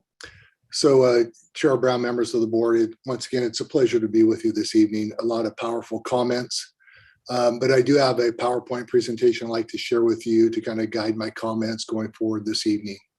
Next slide, please. Like I did last month, I would just like to pause and express my deep appreciation for our teachers, our classified staff, our administrators, who I think have done truly an exceptional job of keeping our classrooms and our schools open, especially the last couple months during this surge of COVID-19 cases. This is, in my opinion, an example of where our staff have really gone above and beyond the call of duty, and they have done a truly remarkable job of covering for one another, giving up their prep periods, going to other buildings just to keep instruction going in the Newberg School District. And I just want to compliment them for their ongoing dedication and their resilience. It's been a really challenging time, and they've just done a remarkable job. So I think all of us just need to say thank you to our staff who have done a really wonderful job. Next slide, please. I do think it's important for us to comment on the new information that we received yesterday from the Oregon Health Authority, that important announcement. Next slide, please. School superintendents in the state of Oregon were given about a 3-hour heads up before the Oregon Health Authority released their press release announcing that for K-12 schools in Oregon, as of March 31st, mask will be optional. It will be a decision of local control in each school district across the state in collaboration with the local public health authority. And I just wanted to acknowledge that this is really significant news. I think it's going to be welcomed by a lot of people. It's also going to cause a lot of anxiety on the part of others. And I'm well aware of the board's position on masks. So the direction that we are going right now as a district leadership team is we are prepared to move forward with masks being optional effective March 31st, unless you give us other direction, and we stand ready to take additional direction and guidance from the board. But we are moving in that direction given this announcement from OHA and the Oregon Department of Education. I also understand that this will be a topic of conversation at our next board meeting and so on. The one thing I would just mention that was stressed by both OHA and ODE is that they decided to make the date effective on March 31st to give us time to plan for the change. But they've continued to express the fact that in Oregon right now, all 36 counties across the state of Oregon are experiencing still very high levels of COVID-19. And it's getting better, but they anticipate in the next 7 weeks that those numbers will continue to drop off until March 31st, at which time it should be safe to go with optional masking. So we stand ready, as I mentioned before, for further conversations, further direction and guidance from the board of directors. I also wanted to comment, next slide, please, on my first month as interim superintendent of Newberg. And I would just say, as a general rule, as an interim superintendent, I've been involved in all of the duties you would expect an interim superintendent to perform, ranging from attending cabinet meetings, K-12 leadership team meetings, meeting with individual board members, meeting with individual administrators, developing board agendas, handling the day-to-day operations to the extent practical, being a part-time superintendent and so on. But there are a few other things I wanted to comment on specifically, and I'll go ahead and walk you through those. Next slide, please. One of the things that I am proud of, I think will be helpful to the Newberg community, is effective this evening, we are putting the spotlight back on teaching and learning. With tonight's agenda, as you know, there will be a special presentation focusing on teaching and learning, the Newberg response to intervention presentation, and then also the student-led conversation related to the impact of bullying on students in the Newberg School District. I think that's exciting. And I think that that's one of the goals that you gave to me as interim superintendent to see if we can move in this direction. So my goal is to make sure that we have this emphasis each month as we move forward. I also wanted to report out that I've completed the individual meetings with board members And I've found those meetings to be exceptionally helpful in understanding the goals and priorities of individual board members. And I think that helps me in my work, kind of helping the district move forward in a more unified manner. And then I also wanted to report out that Shanna and I are in the process of developing a transition orientation plan for the new superintendent. I think I've stated previously that when I arrived at Newberg, there really was no guidance for me. And I want to make sure that we set up the new superintendent for success and that we develop a transition orientation plan that can make the new superintendent hit the ground running, hopefully in a much more efficient and timely fashion. Next slide, please. Also want you to know that I met with representatives from the Oregon Department of Education regarding complaints filed against the district, so I have a better understanding of what we're facing in that regard, and I would be happy to report out of that at a later time. And as you know, we have been inundated with a number of complaints. I think it's over 40 individual complaints that we have received. And one of the things that we have identified is the volume of complaints and the types of complaints that have been received by district administration was a little bit overwhelming, and probably most administrators were not prepared to handle that many complaints. So we have scheduled additional training for the K-12 leadership team related to processing complaints and conducting complaint investigations. And that training is scheduled for February 22nd and will be completed by Brian Hungerford of the Hungerford Law Firm. Next slide, please. I wanted to report out that we have connected with staff from my organization. We have connected with the leadership of Newberg School District to develop plans to provide additional support to staff. And I'd like to share just a little bit of basic information about what that will look like going forward. Next slide, please. So the Willamette ESD, my organization, we receive money from the state of Oregon. It's from the Student Success Act to support school districts. The bulk of the Student Success Act monies go directly to school districts, but we get a little bit at the ESD to provide technical assistance and support to school districts. So we have staff who have connected with leadership from Newberg School District and educators from Newberg School District, and we're able to provide immediate supports to help Newberg teachers and staff navigate these really challenging times. I would argue right now that all educators are going through a really difficult time trying to manage everything that's going on in the pandemic. It's just been really, really stressful for most educators.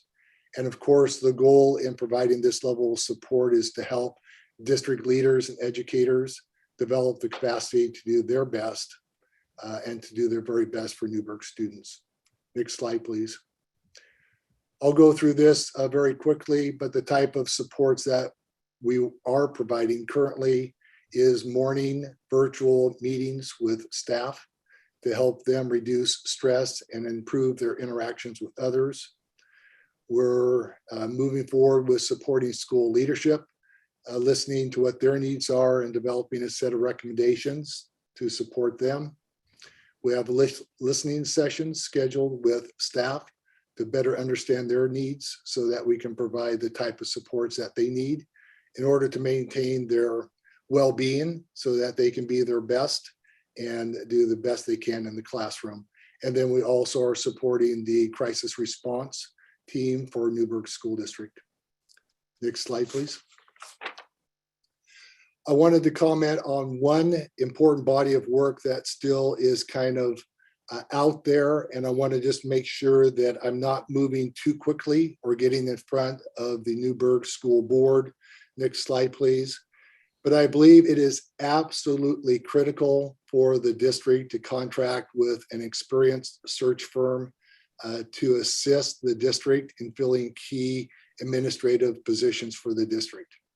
And I want to be clear, as the interim superintendent, I don't want to be the person hiring these people, but I think it's absolutely critical that we are aggressive in identifying and trying to recruit talented administrators and educators to come to Newberg and to work in Newberg. And I think we need dedicated time, okay, in order to make that happen. As we've mentioned before, support at the district office is terribly thin, and I don't think we can do this justice without hiring an experienced search firm. But what I would hope to do is hire a search firm, get the search firm actively recruiting talented people to apply for open principal positions, athletic director positions, and so on. And then when the new superintendent comes on board, he or she can then be involved in the actual hiring process. Because if we wait for a superintendent to be hired and then we go out and try to recruit, I'm afraid that some of the best and brightest talent will already be making decisions to work in other school districts. So I hope that that is a direction that the board could support going forward. And with that, I'll pause and see if there are any questions.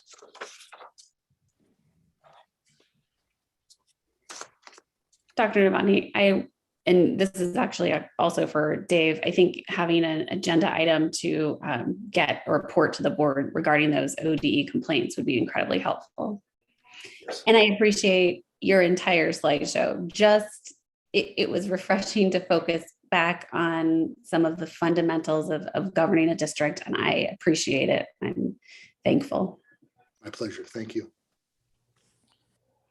Dr. Novotny, Yes. what about this research or this firm you're thinking about? Is that something that would be a fee, and can how do we go forward with that?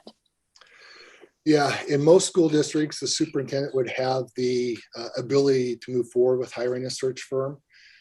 We have already received a proposal from one search firm to conduct this work. And we think other search firms would be interested in doing this work for Newberg. Now, we know that some search firms that specialize in doing searches for executives, like school superintendents, have kind of shied away from interacting with Newberg. But I think that there are many firms that would like to get out there and recruit for principals, AD positions, director level positions, and so on.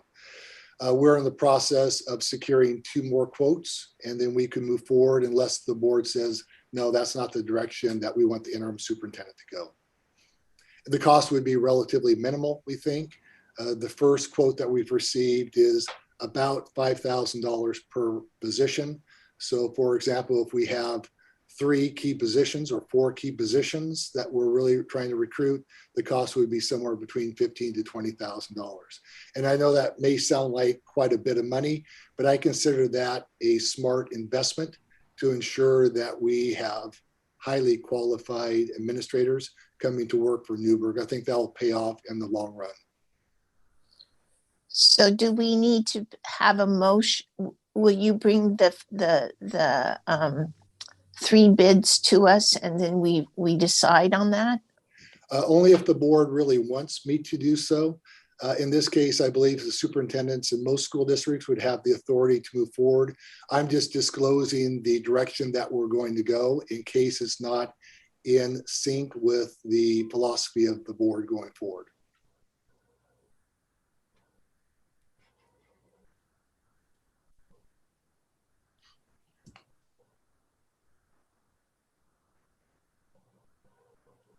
So if Doctor, go ahead, Rebecca. So just to give you the assurance, if we were to vote on it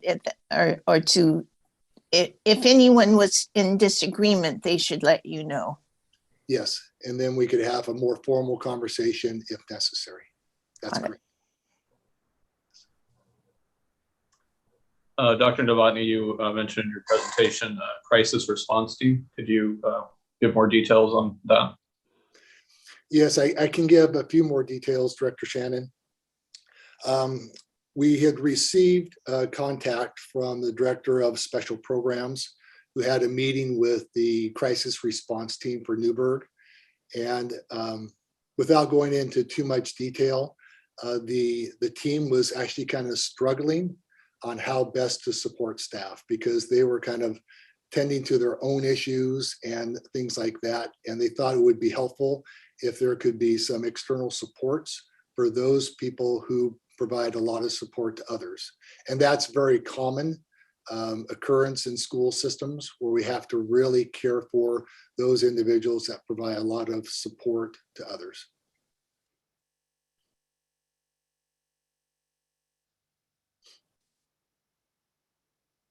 Dr. Novotny, this is Dave. I think one thing that that you've already said, and I've, it's in future parts of the board packet, that it's going to be presented, that the staff through COVID in the last couple of years has had to deal with things they've never had to deal with before.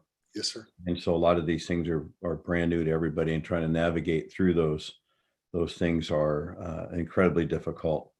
To throw on top of that, the pressures, with vaccines and people keeping their jobs or whatever, staff trying to, overcome, lack of substitutes and things like that. Yes. Have created, so much extra work, all the contact tracing. So I think, I was just saying all that because it's stuff that's going to come up tonight that, our staff really is overwhelmed with things that no other staff's ever had to deal with. So I know that's what you said, and it's going to come out further more in this meeting. Yes, sir. Thank you, Chair Brown.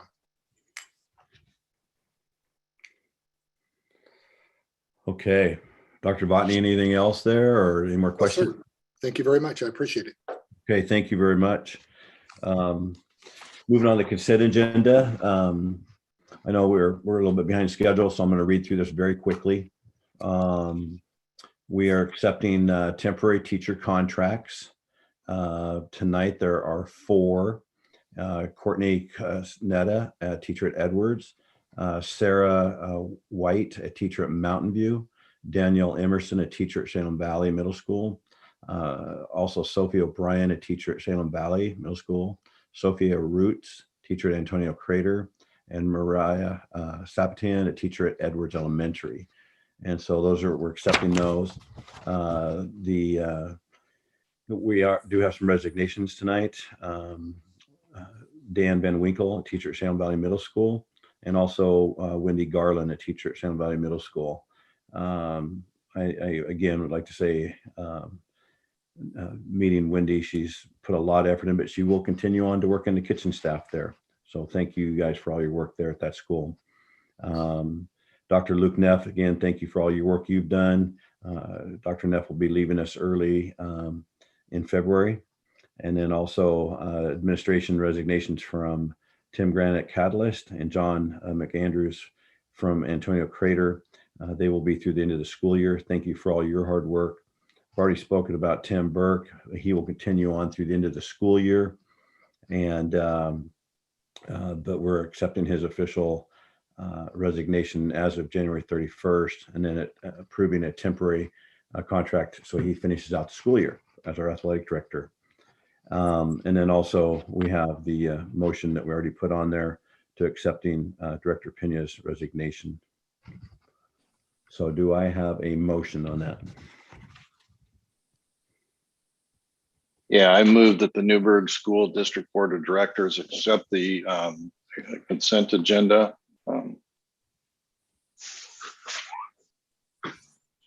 Second on that. I'll second. Does he have to say as amended? Yes. Yeah. Yes. Okay. Okay. I move that the Newberg School District Board of Directors accept the consent agenda as amended. Second. Any discussion? Okay, I call the vote. All those in favor of passing the consent agenda as given, please raise your right hand. Motion passes 6-0. Thank you. Now, Lisa, may I leave now?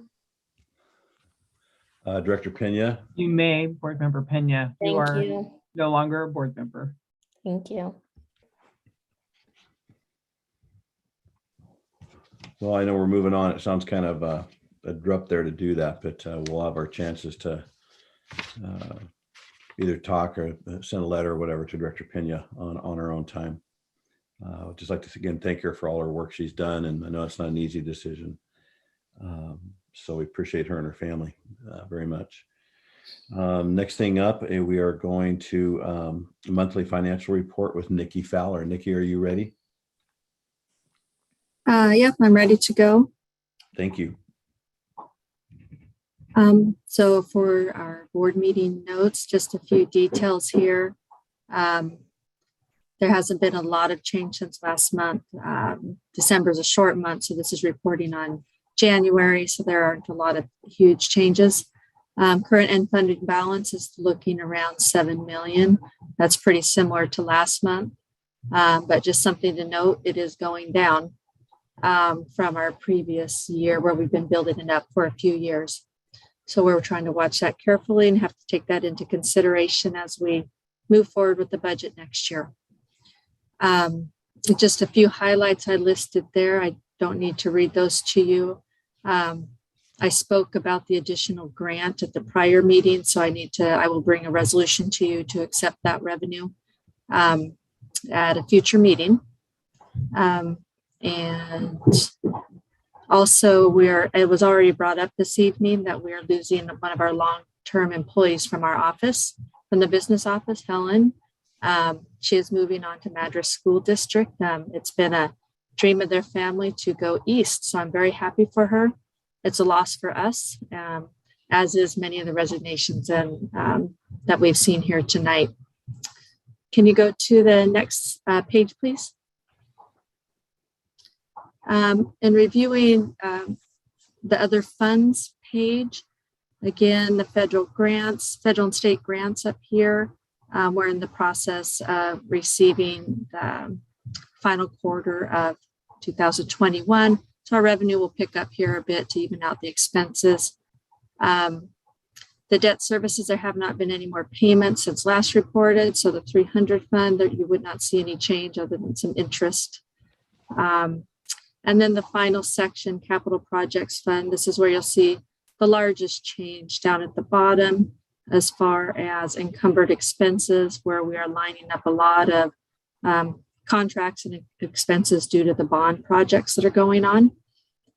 Can you go to the next page, please? Again, this is a summary of all of our functions. Not a lot of change here. I know there's one line here under psychologists. Some of those expenses are going to be moved over into a grant. So we'll be doing that, and that'll correct some of those percentages on the side.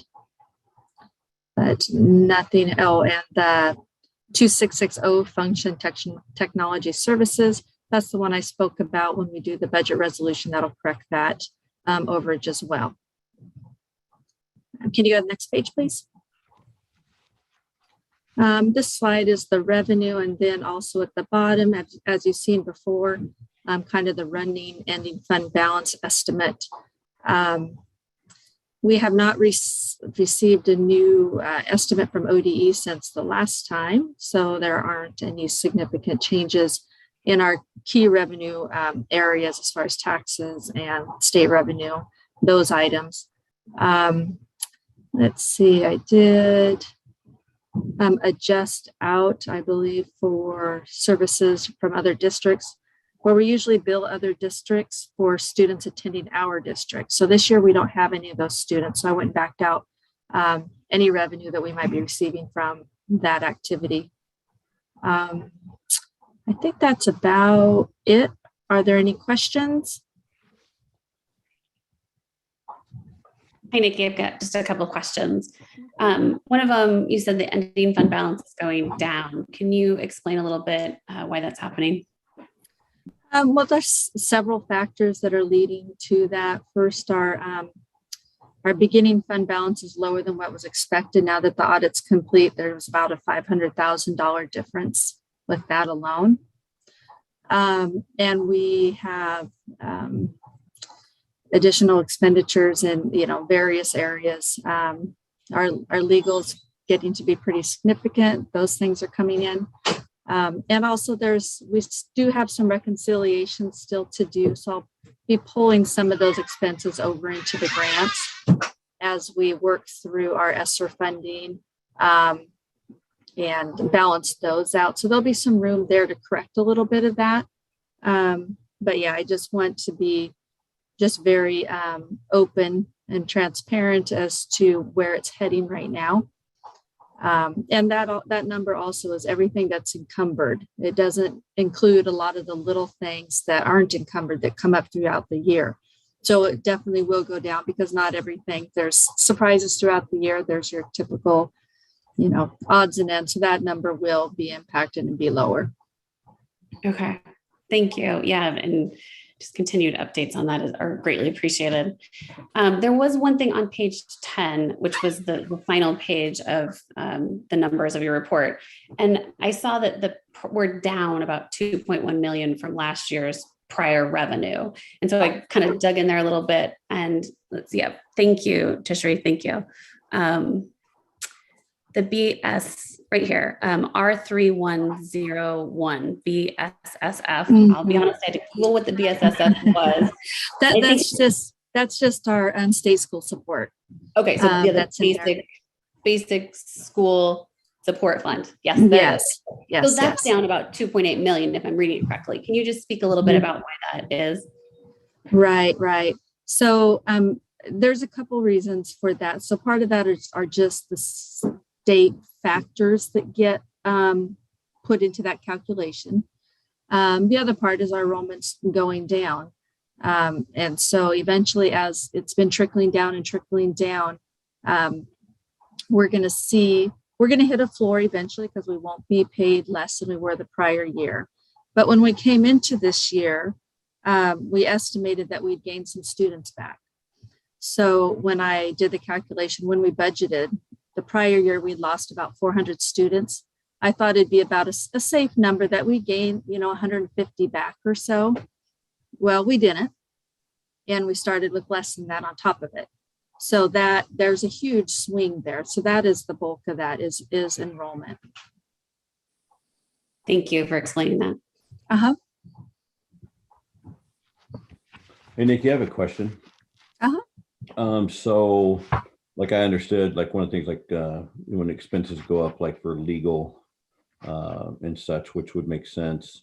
When we have somebody leave, like an assistant superintendent, and they're gone for half the school year, so that would cause us to have less of an expense for that particular position at this time until it's filled, correctly? Yeah, there'd be some gaps with employment as well as we go through a process of hiring. And then all the things for like legal too, like insurance covers up to a certain point, and then it doesn't. So like insurance there would cover up to a certain point on that, and then we would cover it out of the general fund. Well, all the cases are different. So some of the cases have some legal coverage, but they're capped at 25,000, which is, attorneys take more than that. While other types of cases will have more coverage. So that's kind of, unless we go by case, it's hard to explain what that total impact is. But of course, the ones that are capped are the ones that are going to cost us. Those are the ones that typically can cost a ton more. And that's why they're capped. Okay. Yeah. Another tough one too. I mean, has the recall price tag came out yet, or will that come in the future? I have not seen that yet. I saw an estimate, and I believe, I don't know. I probably shouldn't quote it. I think it's over $60,000 to run that. It might be more. Okay, that just comes out of general fund. Correct. Okay. How much have we received in legal billings, Nikki? Off the top of my head, I couldn't tell you right now. And we've got a fair amount coming in. I just received a couple new invoices. I forward them to the insurance company so they can tell me which ones they actually cover and which ones they don't. So yeah, I would have to rerun that. I did not prepare that number for tonight. But it doesn't sound like it's the main driver of the budget situation. It sounds like enrollment is the main driver. Enrollment, yeah. Enrollment is the biggest driver, of course, because you can see on the revenue, that's a couple $1 million hit. The other ones are concerns in that we don't know where they end, right? Everything's in flux. There might be a few bills now, but we don't know where the end is with any of them. And so it's a big question mark as we go into next year, how much to expect, how much to budget, how much, there's no, it's hard to guess. I don't know that anybody here can guess that number. Okay. Thank you. Any other questions for Nikki, you guys? Nikki, thank you very much. We'll see you again here in a minute, though. We're moving on. Next up, we have a teaching and learning update be brought to us by Karen Pugsley. Karen, are you ready? I am ready. Thank you, Chair Brown. So first of all, this report is about a really, I think, powerful intervention process that we have been implementing over the last 4 years. It's called RTI, which is a response to intervention. And the only part that I play in this is I get the absolute joy of introducing the two presenters. So the first person that I'm introduced is someone who has been an educator in our district for 28 years, Dr. Pam Mears, who has a doctorate in education from George Fox University. She's certified as a dyslexia specialist, has a pre-K-12 reading endorsement, an ESOL endorsement, and an initial administrator license. So she has done some educational journeying in this, as part of her career. Currently, Dr. Mears is our district literacy TOSA and is responsible for the implementation of the response to intervention initiative. She's also an adjunct professor at George Fox University. And joining Dr. Mears is John McAndrews, who is the principal of Antonia Crater Elementary School. He has served Crater for the past 4 years and has worked on implementing RTI and at both the school and the district level. John serves as the district RTI implementation team on that team and has led the processes for FRTA at the elementary and the secondary level. So our goal tonight is to share with the board some of the really important work we're doing around literacy, and really specifically about how we're helping students to master reading at their early grades, and then supporting them as they move through our system. So I'm going to turn this over to Dr. Mears and Principal McAndrews. Great, thanks, Karen. And thank you for letting us share this exciting work. This is great. Very excited to be here. So we've been working on an approach to improve reading over the last few years, like Karen said, that focuses on early identification of students who are at risk, and then followed by a multi-tiered system of support. And Oregon refers to this as response to intervention, but because it's simply a multi-tiered system of support, sometimes you hear it referred to as MTSS, because educators love to use acronyms. So RTI, MTSS, same thing. Okay, next slide. As part of this process, Newberg is required to develop a literacy handbook for teachers. And our handbook begins with our vision. So I'd like to just read our vision here. It says, Newberg's vision for literacy is for all learners to become proficient readers, writers, and communicators who think critically and are prepared for participating in vocational, social, and civic life. And then this graph on the left here explains the work. So the middle circle describes how reading is taught in Newberg. Instruction is systematic, it's cumulative, builds, it's explicit, and it's diagnostic based on assessments. The outside circles focus on what is taught. So we understand the importance of teaching foundational skills.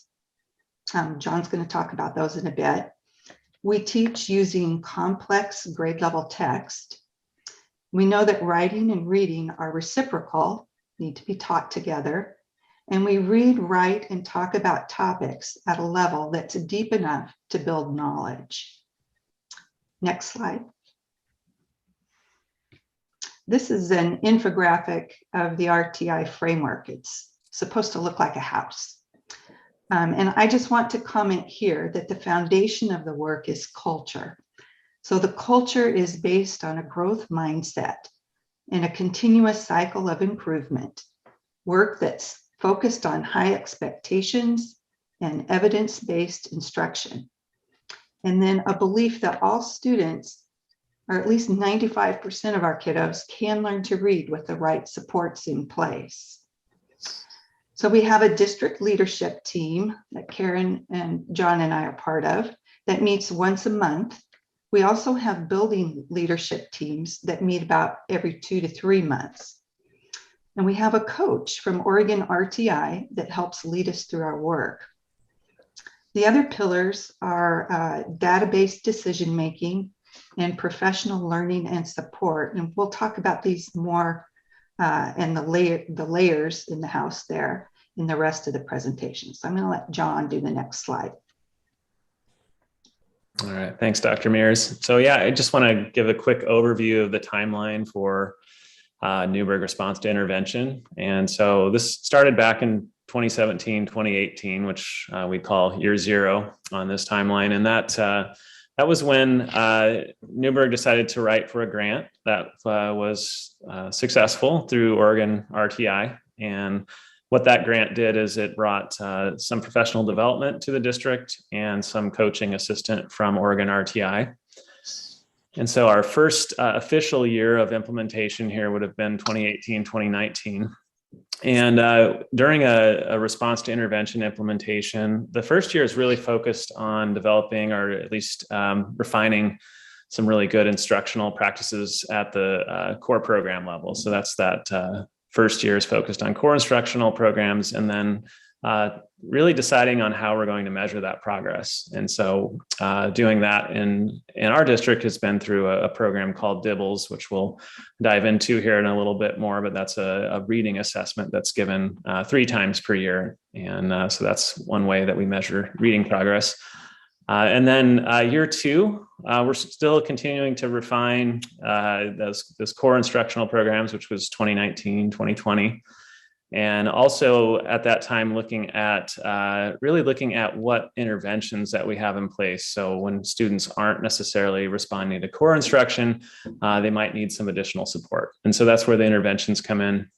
And so we worked on that year 2, and then measuring student progress within both the core instruction and the interventions. And so that was the second year. And then of course, 2020, the world stopped a little bit, and we've spent a couple of years digging into year 3 and 4 and had to spent some more time refining that core instruction, looking at the interventions again.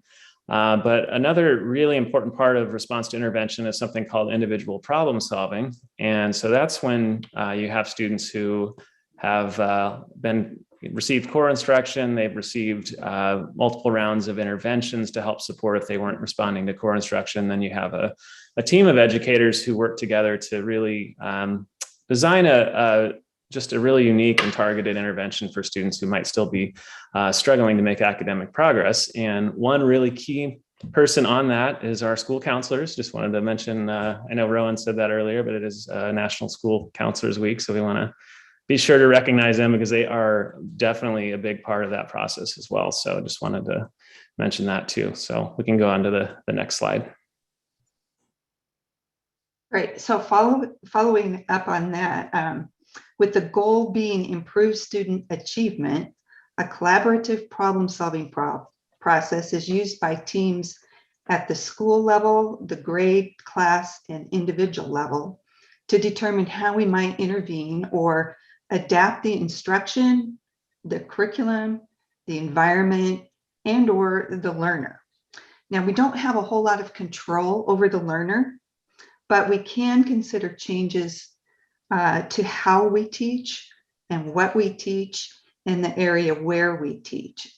So for example, a student at risk of not reaching the next benchmark in reading might benefit from receiving 30 minutes a day of small group instruction in addition to their core reading program, perhaps with a phonics program that's more intense than the curriculum used during the core instruction. This would allow a student more opportunities for instruction, more opportunities to respond or to practice, and more opportunities to receive immediate corrected feedback. Next slide. And like John was talking about, and as you saw from the RTI house model and the problem-solving process, a large part of RTI is based on assessment. Like John said, we use DIBELS 8 at the K-8 level, but we've got iReady that we use at the middle school level as well. Our literacy plan does include a robust assessment system to help answer the questions that you see here in blue: which students are at risk and what needs to be taught next. So we screen our K-8 students 3 times a year, and this data then helps us know which students are at risk of not making or meeting the next benchmark. After screening, the team may decide to drill down further to determine exactly which skill is lagging. So teachers have access to a bank of diagnostic tests to administer to those students. So just a few students, not all. And if the team determines that a student needs additional support in a small group with targeted instruction, then we might progress monitor that specific skill that's being targeted every 2 weeks or so to help determine if the intervention is working. So is what we're doing, is it working? We want to know by progress monitoring them. And then of course, at the end of the year, our students are assessed formally with Oregon's state test, grades 3 and above. So this is how we determine if our plan is working. Hey, John, next slide. Okay, so just again, back to some of the real key components of response to intervention system in a district is, first of all, we want to look at core instruction, right? And what we would like to see is that at least 80% or even higher of our students are responding to the core instructional program, or at least showing grade level proficiency, which Pam was talking about as measured in the with the DIBELS program. And so we want to see that. And then we look at that next tier of students who might just need that additional bit of support there. So you can see that in the pyramid. That's that 15% is typically where a real strong response to intervention program is. And so then those students are getting very specific targeted intervention for the skills that they may need support with. And then that last top 5%, that's what we would call our tier 3. And those are our most intense interventions, and those are going to be the ones for students who might have just a real specific need. And that's what, when we talked about that individual problem solving process earlier, that is where some of those decisions are made. And then also, some of our students in that top tier are getting specially designed instruction as well, which as students who might have have qualified for a learning disability. Next slide. So in this slide, I just wanted to show this to you. So when we look at core instruction and developing reading skills, there's very specific things that we're looking at for students to develop. And one of those areas that's a big area for us is language comprehension. So you can see under that, you see things like background knowledge, developing vocabulary knowledge, language structures. And then you look at word recognition, right? And so these are some of those real specific skills that we're teaching to students around, like phonological awareness, decoding skills, sight recognition. And then as we see these things starting to work together, what we find is that building these together, we see students starting to develop the skills to become really effective readers. And so they're starting to build that sense of confidence. They're developing fluency, and then of course building understanding and comprehension. So that's the big part takeaway as we measure students' progress and making sure that they're developing those literacy skills throughout their education journey. So next slide. So as a part of this, there's a couple of things that we look at with our teams. And one of those areas is something that we call in RTA, it's called 100% meetings or core review meetings. And so As I mentioned a little bit earlier, we want to make sure that our core instructional programs are working well, and they're working well for all students. And so we have within the DIBELS program, there's something called benchmark testing that happens at fall, winter, and spring. And after the fall benchmark test, our grade level teams, our content teams, what they're doing is they're sitting down and looking at to see where their students are, and then they're deciding on specific skills to focus on as goals of instructional practice within the core program. And so they do that by looking, diving into those DIBELS reports, and then we measure progress at the next benchmark. So that happens again, so they'll decide on some instructional practices after the fall benchmark test. They'll set a goal, that could be, maybe they're really focusing in on phonemic awareness, or maybe it's phonics instruction. And then, so the team comes up with some strategies on how to implement that during core literacy time. And then they monitor it, and then they look at it again at the winter benchmark and see, did we meet our goal? What are some areas that we can continue to support? And then they repeat that process. And so that's for all students. We're looking at every student in that grade level and seeing that they're making that progress. Next slide. And then that next level, so we were really talking about all students in that last slide, but now we're diving into some of our students who just, despite core instruction and delivering that with some fidelity, we're looking at students who really might just need that next layer of support, right? And so we want to make sure that they're getting what they're needing. And we don't want to wait, right? We want to make sure they're getting that right away. And so what we do is we have teams that meet in what we call our 20% or intervention review meetings. And these are scheduled every 8 weeks. And so what's happening at that meeting is there's a group of educators who are coming together. It's either the grade level team and specialists, or content teams at the secondary level with specialists. And especially important to this is the reading teachers who we've been able to bring back to Newberg, which has been fantastic. So our reading specialists have been really critical in this work in their teams. And so what they're doing is they're sitting down looking at what are those specific skills that students need, right? And so if a student is struggling in phonemic awareness, for example, they might be provided an intervention using a program called Haggerty. If it's phonics, maybe they're in a phonics for reading level. And so we've really dialed these in to support students at their specific need. And again, it's a very team-oriented process. We're measuring that along the way. We're also measuring students in between those 8-week cycles in something we call progress monitoring. So students are given really short assessments, just saying exactly how they're progressing within that intervention. So that's our 20% process. And next slide, I think, is Pam. All right, great. So we're really, really grateful for the partnership and the coaching that we've received from Oregon RTI.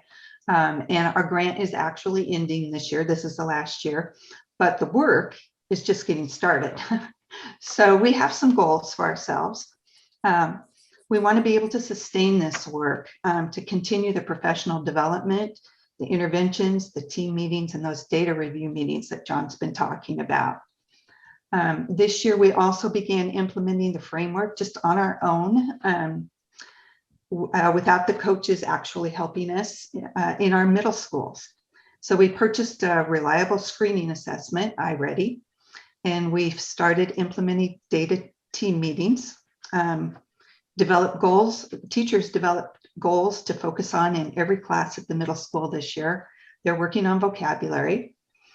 And now we have reading teachers at the middle level as well, for the first time ever in my career here, to support our students at risk that are in the middle schools. And reading scores are improving. It's exciting. We also want to continually work to ensure that supports and processes are the same for all students, no matter which school they attend in Newberg.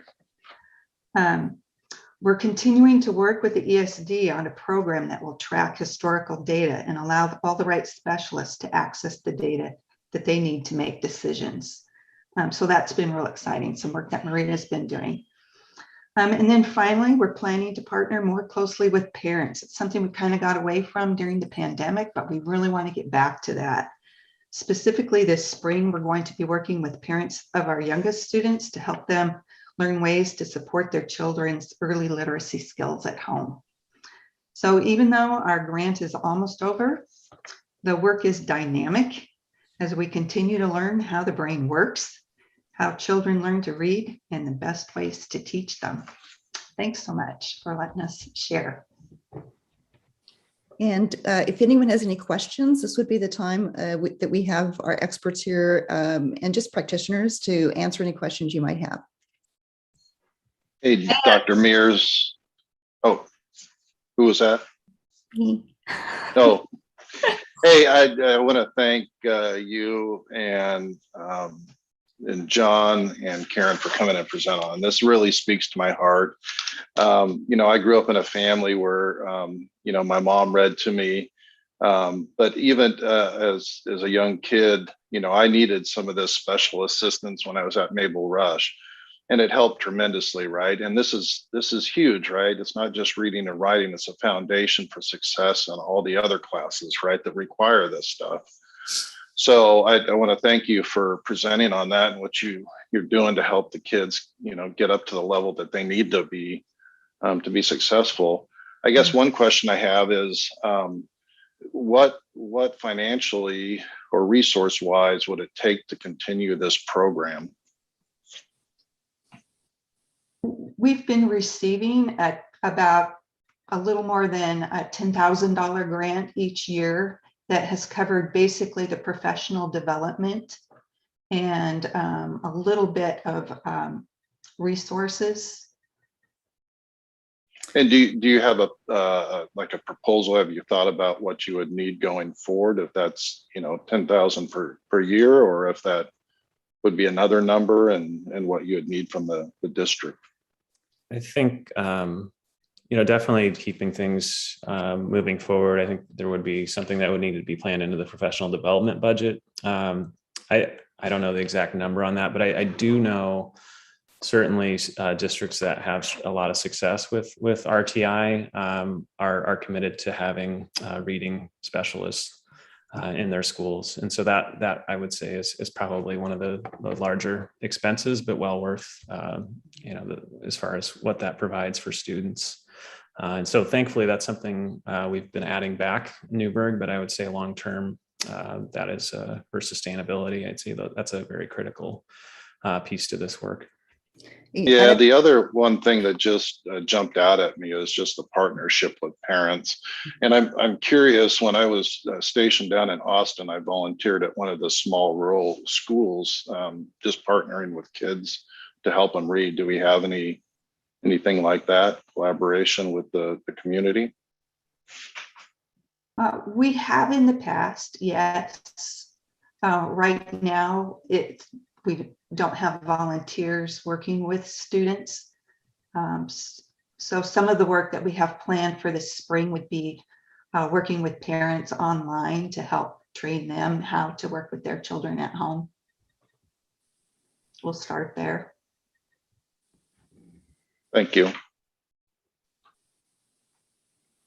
I had some questions too. I really appreciate this too, because I'm dyslexic, and so I really have struggled with reading and writing throughout my years, and so I realize how important this is, and so I really appreciate it and hope we can continue and do more of this. And I really like that we are including the parent partnering. I think that is really important so they can get that continuing on in the home as well. I'd like to see it in the school, as back in the school again too. That would be great.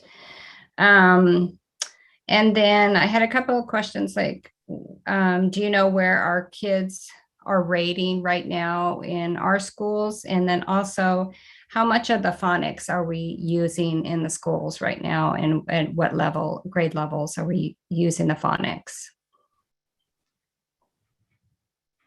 And those are my two questions. Sure. So Our assessment scores are really looking pretty good right now at K-5. Our fifth graders are actually district-wide. Our fifth graders are doing better now than they were doing pre-pandemic. So in the middle of the year in 19, our fifth graders are actually in a better place. Second, third, and fourth grade, they're really close to pre-pandemic. I mean, that's what I was using for my measure, really. And it's our kindergartners and our first graders that, you know, are still going to need some work because school was hard for them online. So we still have some work there. Our middle schools are looking pretty good. We've not had an assessment though recently, so we don't have anything to really compare it to at this point. And then your other question was, I've already forgotten. Was about the phonics. Oh, and yes. Yeah. I know that one. So our core program has a very good, very research-based science of reading phonics program, which is basically kindergarten through second grade. And then it kind of spirals again in third grade. Then, like, if you want to talk about like spelling or something, it's taught more through morphology in the fourth and fifth grade. So through like root words and prefixes and suffixes. So spelling is addressed that way, and through also the different syllable types. So it continues to be taught all the way through fifth grade. And I would say, just maybe add to that a little bit is, you know, if we see students who are struggling, as I mentioned in the 20% meetings, that's where we have a whole list of possible interventions to help support that. And phonics, a really popular choice that is effective is the phonics for reading series, which is fantastic. So there's different levels of support for students with that. So that's, we feel like we have a really strong system of phonics supports in place. And we know too that about 45% of kids struggle to read. It's not easy for about 45. That's a lot of kids.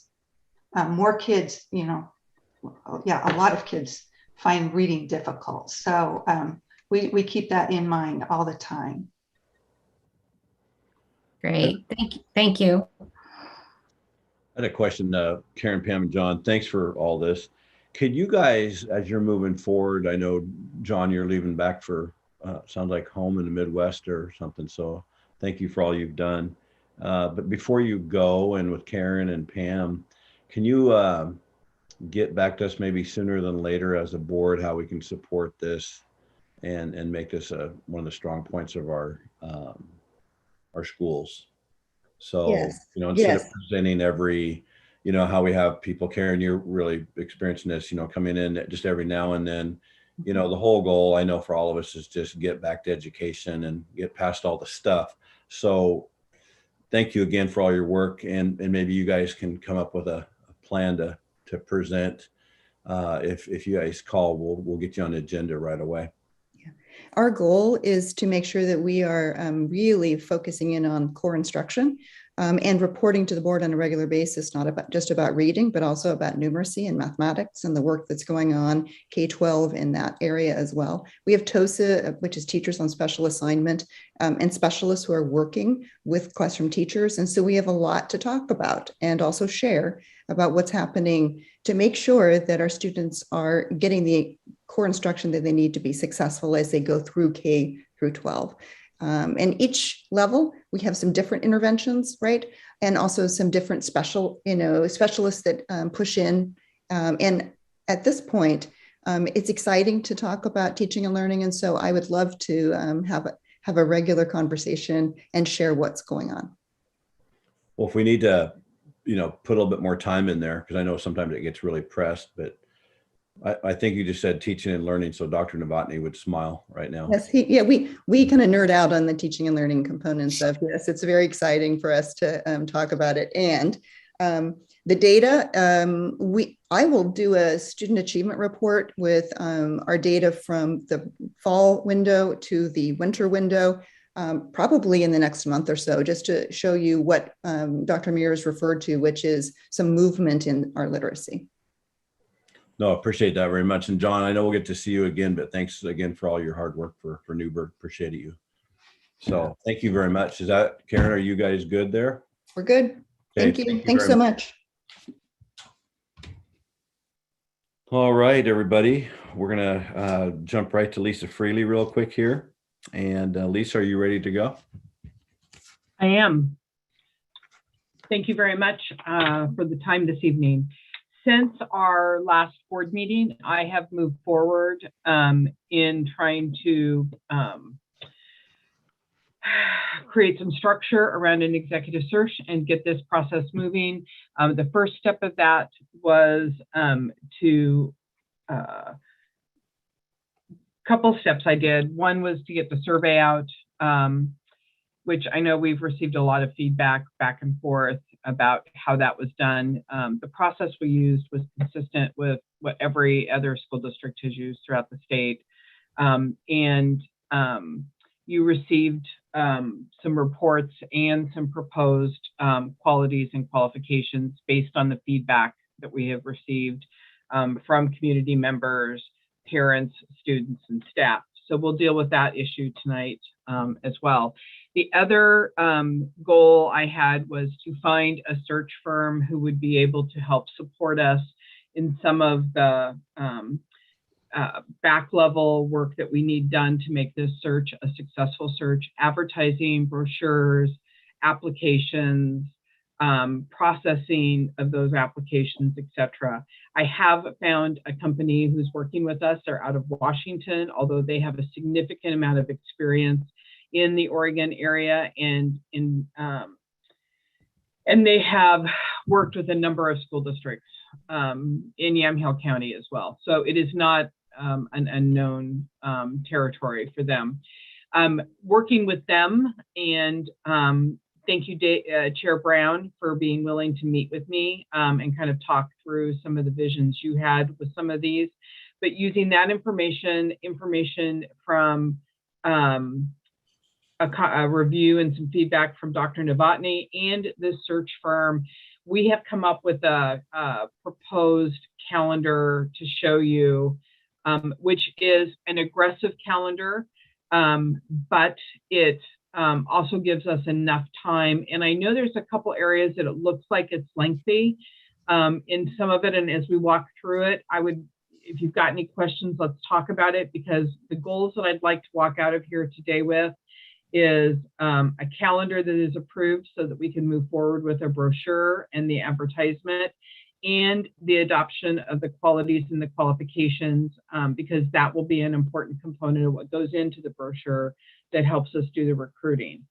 So you'll see that I've already put up there the first week that we've put into it, which is the February 1st to the 7th, which was the input on the qualities and qualifications. I've got today's date there, which is where we will hopefully approve a timeline and a plan. And then the next week, we will spend putting recruitment materials together based on these qualities and qualifications. I will send the brochure out for board members to look at before we distribute it, for you to reply back to me individually with any feedback that you have. It will be focused heavily on promoting the unique qualities of Newberg, and what a person would be able to experience and the good things that come with working for the Newberg School District. It'll talk a little bit about the district, the school, and then it will include the qualities and qualifications that we talked about. It will have a timeline. The one thing that we probably need to have some conversation about at some point is compensation as well, because that often goes into these brochures in terms of communicating to folks. I haven't been able to get you the salary survey data yet. We've been moving pretty quickly on this. So, you know, that may be premature, right, in this, and I can work with the search firm on how they would like us to handle that. We may end up having to have a more, and I know Nikki, I haven't had a chance to even talk with Nikki about, the dollars on this. So, but anyway, so the next job is to get the recruitment materials done. And then the firm that I've contracted with will basically, we'll put it on our website, but really the other recruitment activities will begin in earnest, which is they're going to start pushing it out to all of the various locations, professional organizations, et cetera, and listservs that they're on, so that the vacancy announcement will be out there. And they've got a very robust system. They've got over 3,000 plus contacts that they can put it out over nationwide. I think that's a wonderful value added for this search. It will get some information out there. And that will all happen by the end of next week, right? So we will get a brochure done and we'll get it all put together and we will get it pushed out by the middle of February. We will bring you a mid-search report, and that will also begin for the preparation of the interview phase. And I would propose that we might best use some of our search consultant time in this particular, have them give you a report and an update on what they're getting in terms of candidates and what they're seeing, as well as preparing you to enter into the interview phase. You'll see that we have a fairly lengthy window of time for people to apply from March 8th to March 24th. Part of that is because spring break falls in there, and they're really, it is very difficult. Even if we wanted candidates to appear during spring break, in education, it is just very difficult for candidates to be available during spring break because that's not a usual part of the routine. There also is a belief that we can still hit a target at end of April by leaving it open and doing some of the work on the back end that will help prepare us to then start screening when you return that Monday from spring break. There'd be a work session there to help prepare you and give you some reports. They will, at that point, you'll do some initial screening of candidates and select those who you want to actually do interviews with. And then we will move down to our preliminary interviews the first part of April. And Tishri, if you could move down just a little bit for me there, thank you. And then you'll have your final interviews by mid-April with the goal of actually, there's an option there toward the end of that process for a site visit, should you choose to do so, which means you could go and visit the work site where the other candidate is coming from. And pending final background checks and a site visit, we would anticipate making an offer or a decision on what candidate to engage in our contract negotiations by mid-April. And then there's a couple more activities down there, and with the hope of approving a contract by the end of April. So, questions?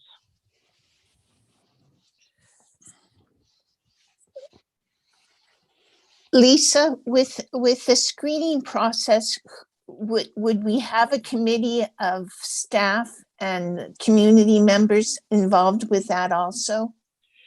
That what Rebecca, Board Member Piros, that's a very good question. And that will have to be a decision that the board makes. There's a place in there where we talk about a work session with the board. You will have to identify the screening process you want to use. Are you going to involve staff, students, community members? Is it going to be just the board? Is it going to, and I think I heard Chair Brown say that he prefers to have the full board involved in the screening of all these applications. So I know that from that perspective, he's communicated that to me. What I don't know is if there are other people we need to add, and that will have to be a conversation that the board does have, and that will probably happen sometime in one of those work sessions. It's on the, let me pull up my copy here. Hang in there. Got it. Okay. Yeah. Thank you. I'm looking at my calendar so that I can give you a better guess of where we are going to put it. I would guess that by March 8th at that mid search report and preparation for the interview phase, we will start having a conversation of what that interview and screening committee kind of looks like. Got it. Thank you. I had the same question, and it kind of leads into my other question too around community outreach and involvement. I know, Lisa, that you were working tirelessly to get this train out of the station, and I appreciate it so much.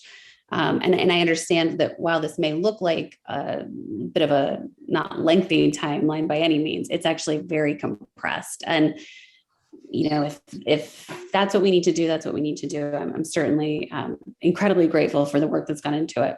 But without having explicit areas there where we can have community involvement and input concerns me. So was the survey that we just had the extent of the community involvement that we'll be having during the search? Good question, Board Member Piros. I do have in the final interview stage on April 12th, 13th, and 14th, a meeting with community and staff. So I would anticipate there would be an opportunity where the finalists would meet, have an opportunity to ask, answer questions, however we structure that along. And I have seen historically in those kinds of things, short paper surveys that community members have filled out, 1 or 2 question type things that then provides feedback to board members. That is one place I've got it built in.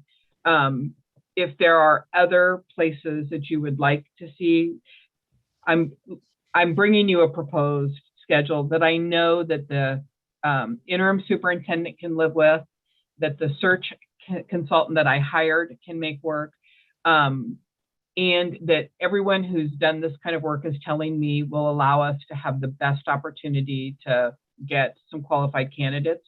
But that doesn't mean that we couldn't add to it or change it. It is just a proposal, and I believe I even gave you 2 separate motions to consider, one which would be to adopt or one would be to amend. Thank you. Other questions and or feedback? Yeah, Lisa, I don't know if it was in there, but for the initial interviews, the screening, is that going to be done? Secrecy is not the best, but in executive session, yeah, Board Member DeHart.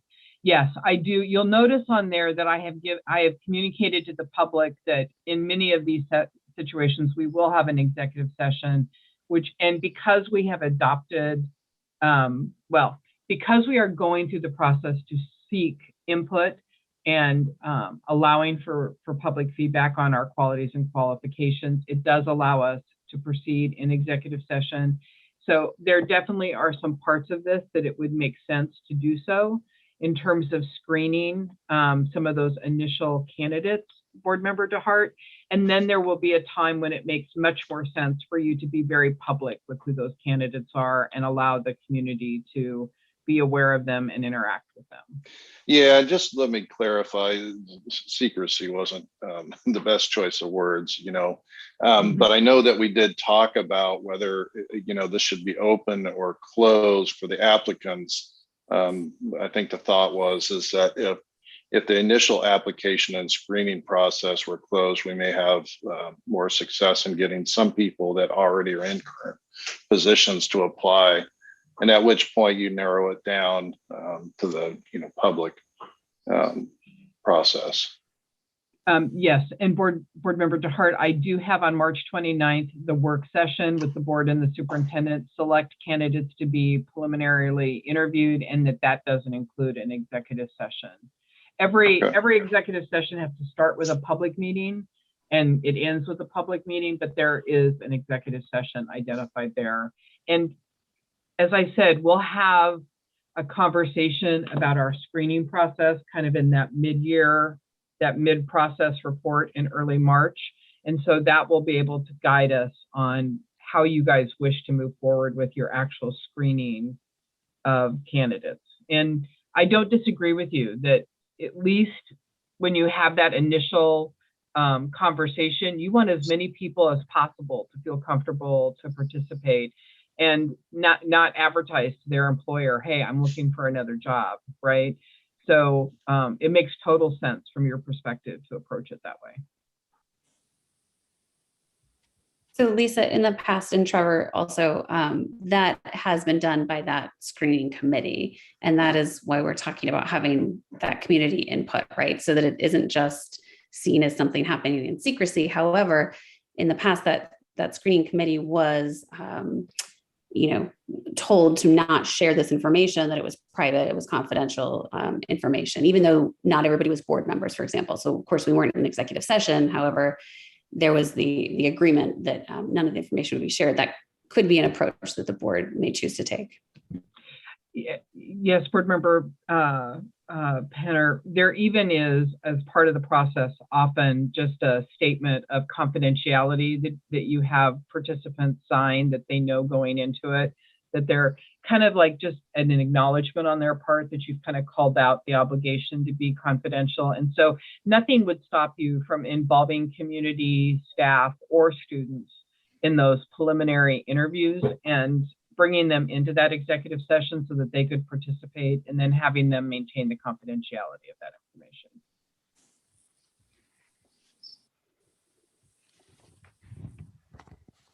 Other questions? Lisa, do we have the ability right now, like to have each of the board members, because like you and I had talked, to me, it was very important that, all of us have the opportunity to stay in tune, be able to speak at any time on this whole process. So we're acting as a complete board. By doing that, can we have each of our board members say, like right now, if we adopt one of these processes, tonight, which I know we need to do, that say each of the 6 of us could reach back out to you with feedback on what we're looking at as a possible screening process. Yeah, you definitely could give me, please send it to me individually so that it kind of prevents that whole serial meeting concept. Right. But you could definitely send it to me ahead of time with whatever thoughts you have at this point, and recognize that our goal will be to have a conversation in the next couple of weeks about, amongst all of you as a group, in a legally constituted. I could even prepare kind of a summary of whatever feedback you guys give me, so that there's some idea of what topics or ideas at least have been thrown out by board members. And we could use that as a talking point for what the screening committee could look like. Yes, so Chair Board, that's a long answer. That's an attorney's long answer to yes. Well, I'm getting used to those. Sorry. No, I'm kidding. To the rest of the board, I just, is everybody comfortable with that, where, again, we have to do it one-on-one to send back to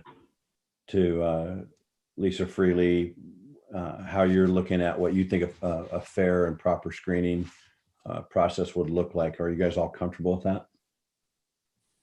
I'll say I'm comfortable with that, but we need to have the conversation in a public meeting. So we can send, like Lisa said, the information to her, but it is something that we need to be prepared to discuss as a board in a public meeting.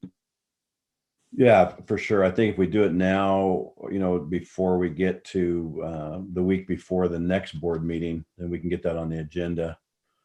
So if everybody could take the next 7 days to send something maybe to Lisa as soon as possible, then for sure, then we can talk about it next board meeting, get that on the agenda.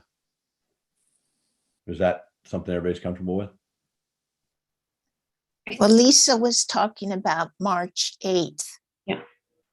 Board meeting. Well, yeah, I know. I mean, it's like there, but I mean, to get that process started so we can kind of start it now. So it wouldn't be the final thing we're going to do, Rebecca. It would just be more starting to get that conversation going now, so we're not just slammed at the last second on that. Sure.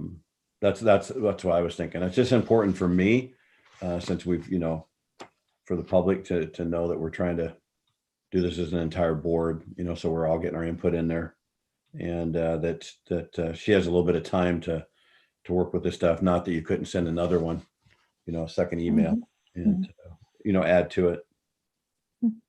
Appreciate that. Lisa, I have a question. The February 9th through the 15th board approval of brochure, I don't think we have a meeting in that time period, do we? No, and that's a very good question, board member Shannon.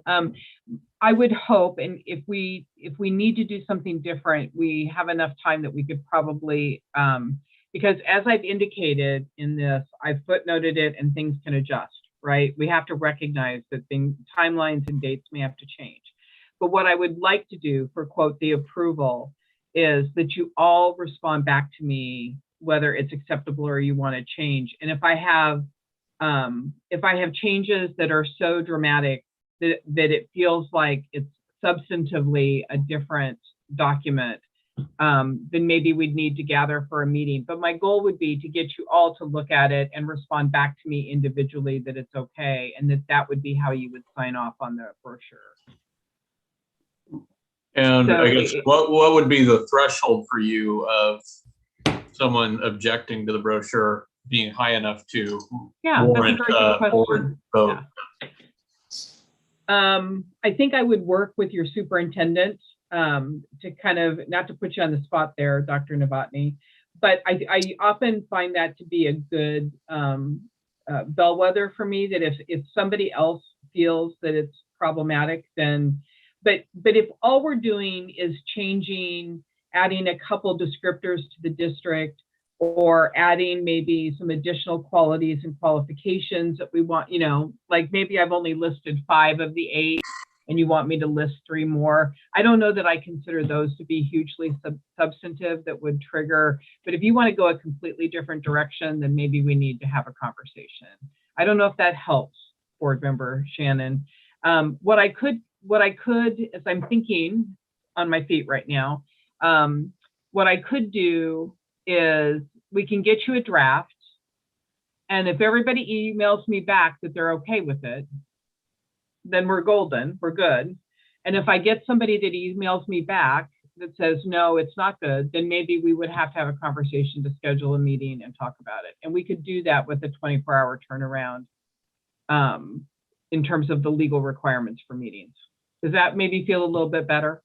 Yeah, that works for me. Okay. I want it to be something you feel comfortable with, right? I want whatever we put out to be something that you're comfortable with representing the school district as your advertisement. Yeah.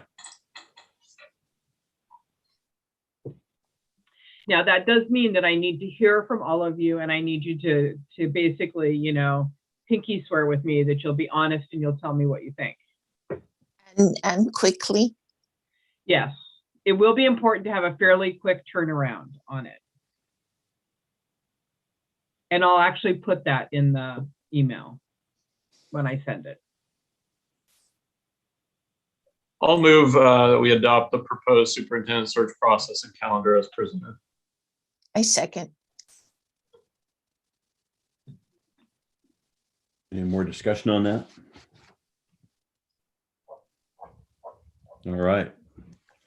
Call to vote on that. All those in favor to the pro superintendent search process and calendars presented, please raise your right hand. Okay, that passes 6-0. Lisa, thank you so much. Okay, thank you very much. Now, so for the second part of that, the superintendent qualities and qualifications. Yep. So on that one, you have the list that is basically the summary, and we did get it posted in the board packet so that the community would see it and have access to it as well. But as a result of the survey we did, these are the common points that came from the data. And what I would ask of you is either for us to adopt it as presented or to amend it and then adopt it so that we can use this as part of our recruitment process. Lisa, do you know what the amount of numbers that were in this survey?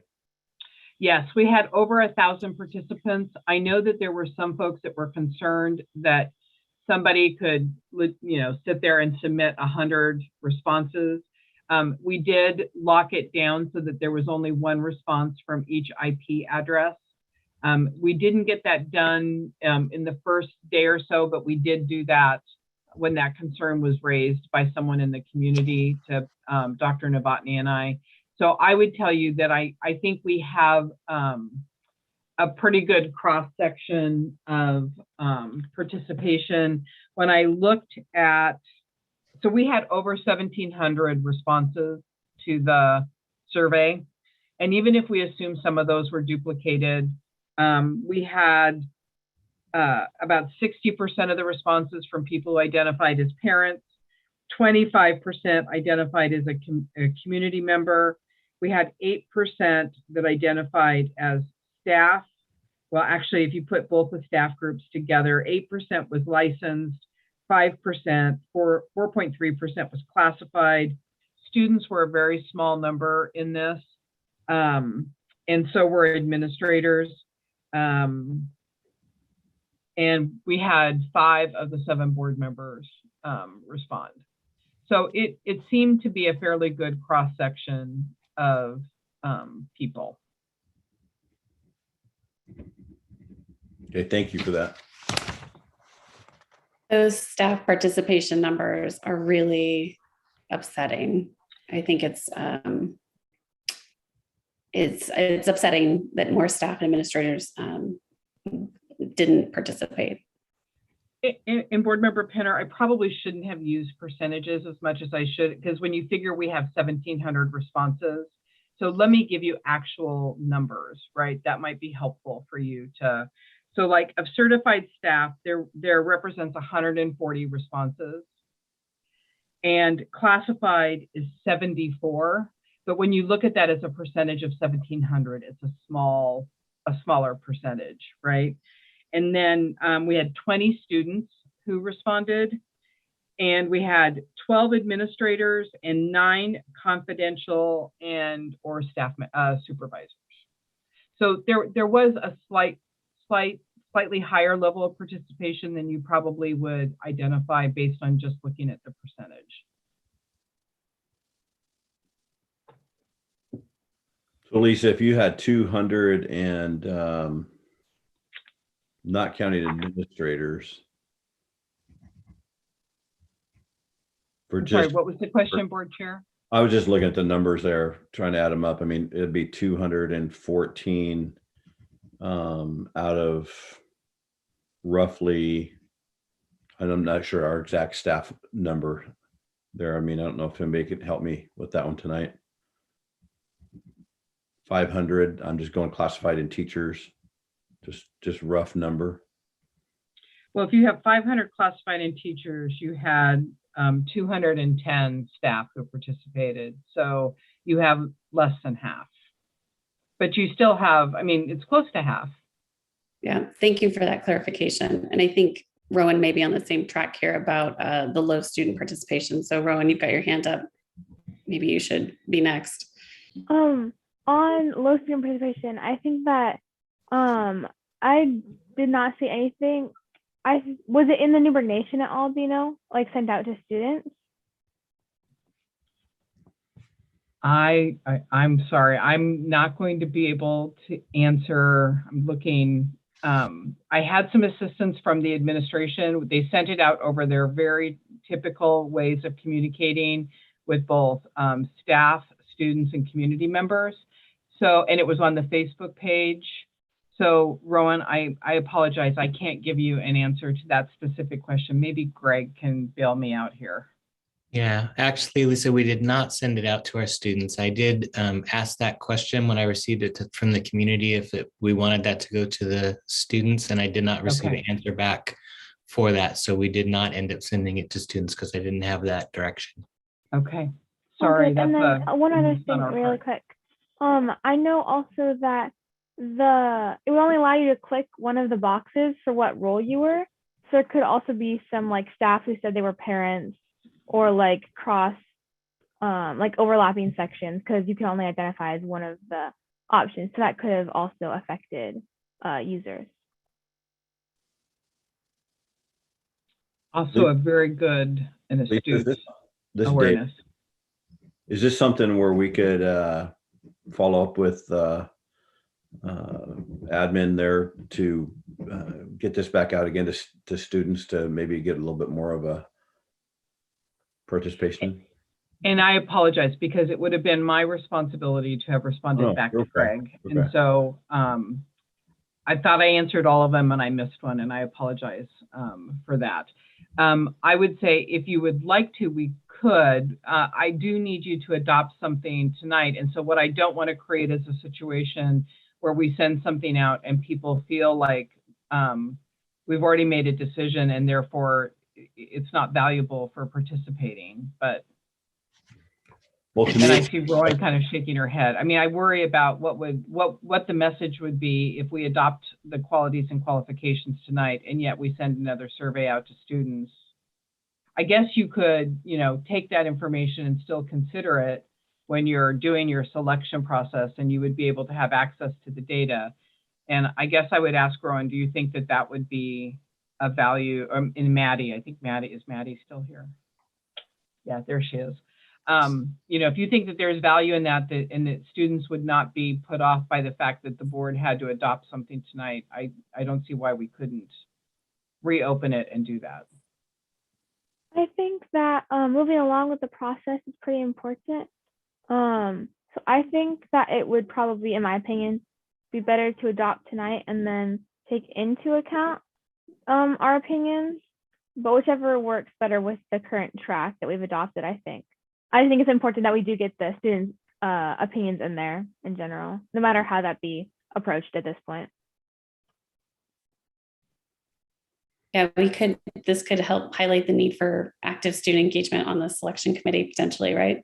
And thank you, Lisa, too. I mean, we know obviously this was quick and under pressure, so thank you for that. Yeah. Hey, Lisa, one thing, if we did, even though we adopt this tonight, the stuff that's there now under the qualities and qualifications, if we had the students have a shot at this to get more feedback, a lot of these are pretty, it just could be information to add into some of these that could highlight some of these. I think we kind of get into a lot of these that are already there, and then it would help us if the students were highlighting 1 or 2 or 3 areas, for example. At least it would be good information to have. Okay, so am I feeling a general consensus that I should reach out and then reopen it and send it out through a student? And Greg, may I ask you a question real quickly? Do we have a vehicle that would allow us to get it out to just students? Yes, we can email students directly. I can do that. They cannot accept outside email the way that our system is set up. One question that I would have would be, oftentimes in this case, there's the question, we have never, to my knowledge, sent a survey like this to elementary. Sometimes we've done middle school and high school. Sometimes we've done just high school. So what I will wait for is direction from you that the survey is back open through OSBA, and then whether you and the board want high school only or high school and middle school. And when I have that information, I will get it sent out right away. Thank you. I appreciate it. Does the board have a preference of whether or not it's high school only or expand it to middle school? What do you think, board? I would like to hear from the middle school students also, because they're going to be affected even more than the high schoolers who are graduating soon.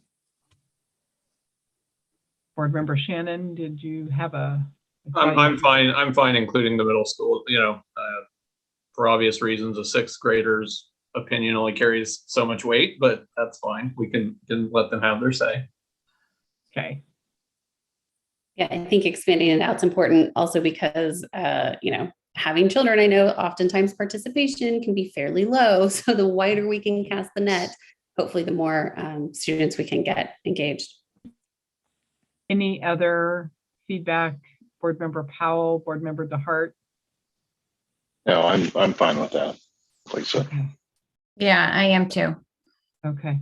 Well, I will tomorrow reach out to OSBA and I will work on getting it reopened again for students, and then we'll get a link for you, Greg, that you can then distribute and get out for students so that we can then use that information as we move forward.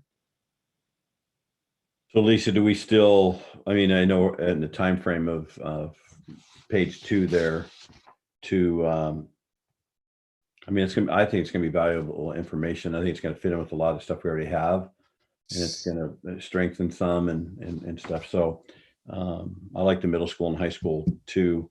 Do we still need to adopt the qualities and class qualifications tonight for the brochure or not? Yes, yes, you do. But I do think it can be helpful in helping to focus you. The student feedback would be able to focus you on areas that they think are actually important about this. I mean, out of all of this list, it would at least, that feedback would give you some idea of where they value the importance of which one, right? So we can definitely provide it to you. We can give you a similar type summary and go forward with that. But I do need an adoption of it because we do use this for our recruiting materials, and I would like to get started on that. Before I go any farther, can I ask Tarisha, our Spanish translator, is that stop at 10 o'clock? Or does it go later? Greg would know the answer to that one, Chair Brown. I do believe that it stops at 10 o'clock. That's correct. Okay, guys, we got a couple things we got to do here. So let's go ahead and, does anybody make a motion on this? Not yet. Yeah, I move the Newberg School District Board of Directors adopt the qualities and qualifications as presented to be used in the search for the new superintendent. I second. All right. I think we talked about her. All those in favor, please raise your right hand. I believe I have a 6-0 vote there. Thank you very much, Lisa. I know it's a lot. Hey, I'd like to, we're going to be pretty tough to finish this thing up tonight. I know, Nikki Fowler, you have 2 really important ones, but I really believe that, we're cutting Rowan and Madison short, and I don't want to do that with their bullying thing. So girls, can you try to be ready to go pretty fast here? We might have to start it tonight and finish it at the next board meeting, but I definitely want to get you to speak some tonight to the bullying thing. If we can, we've got 3 things we've got to vote on very fast, board members. So if you guys are willing to go really quick here so the girls have a chance to talk, we only have 10 minutes. First one would be the academic calendar. I think that's really important. If you've read the packet, I think it's pretty straightforward. It's really important. The football field's straightforward, and that'd be Nikki Fowler, and the approve the adjusted appropriations with Nikki. So hopefully you guys are ready to go pretty quick. I think those are straightforward, but that way we can let the girls finish up the meeting tonight. Everybody ready to go quick? No, Dave, I don't think 8 minutes for all of that is enough, let alone time for our students to speak either. So, and you're right, it's all incredibly important. Let's take care of the votes we need to, but I would suggest that we have the report from our student reps on bullying at our next meeting to give it full time. Oh, I agree. We'll let them come back for sure. I just wanted to, maybe they could start it if we got through these votes in time. I think that starting next time will actually help a lot. It was kind of hard to get a lot of input from people because the last 2 weeks have been finals. Okay. So I think that another week would actually really help out with Okay. Getting ready for a presentation. Thank you. Thanks for being honest. Thanks, Brandy. I appreciate that, you guys. Well, then we will put that to the next meeting, but for sure you guys are up, and we'll try to put that earlier in the meeting so we don't run out of time, okay? So Madison, are you cool with that? Yeah. Okay. Okay. And we'll reach out to you guys and see how that works out for the next time, what you feel like you need time, if you need more than 10 minutes, okay? Okay, thanks, Ron. Thanks, Maddie. Okay. Next up is the accessing legal advice with Lisa Freely. Is this something that we could table till next week? No, that's what I was wondering. I think, I won't speak for Ted. This is a joint conversation from Tyler and I.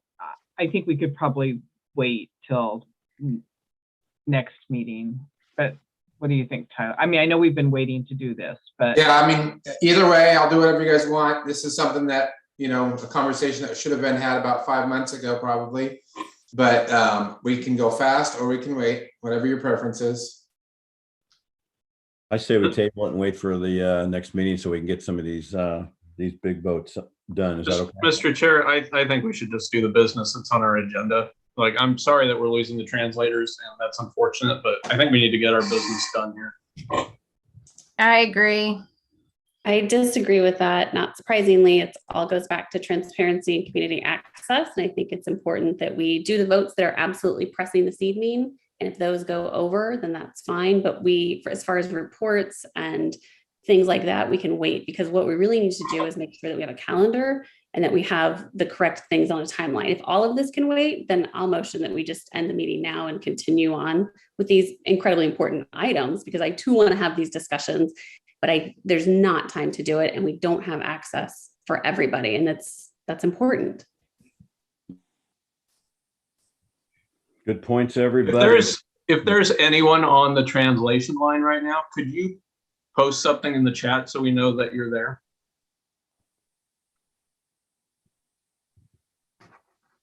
Brian, that you're just taking more time. Okay, if we're not going to break and we're going to lose translation, then can we at least take a bio break at this point? We've already been in a 3-hour meeting.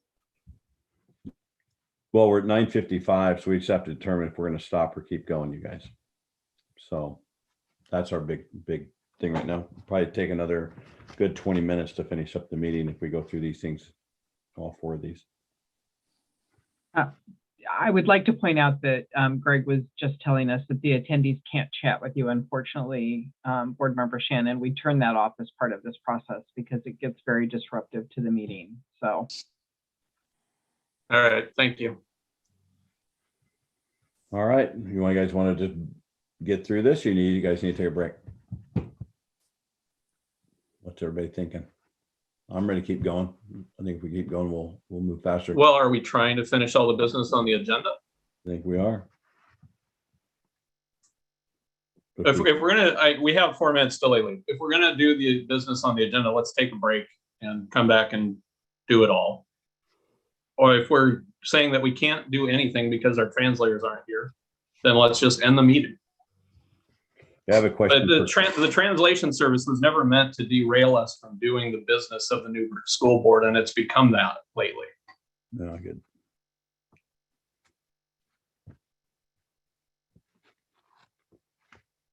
Terry, is there any chance of asking if our translator can go a little bit longer tonight? Again, I think that's a great question. He probably has contact with them. I'm not involved in that portion of it. Okay. We cannot ask them mid-meeting. The one time that we did ask them to do the day of, it was a challenge even for that. So, but it looks like the individual interpreters are different than the company that they are with. The company that they are with doesn't allow it, but one of our translators is saying it's okay for him to go ahead. Okay. Awesome. Thank you, David. Thank you, David. So let's go ahead and take a 5-minute break, and then we'll come back and we'll start off with the legal advice from Lisa and Tyler. So we'll take a 5-minute break. See you at 10:03.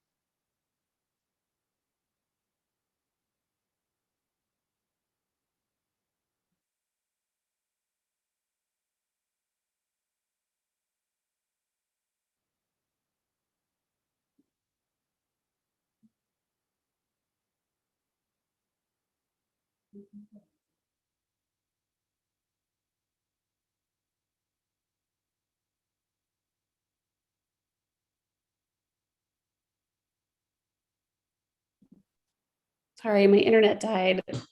Is somebody here to let me know what time I need to come back? Everybody. Just started the 5 minutes. Okay, good. Thank you. Thanks, Tyler.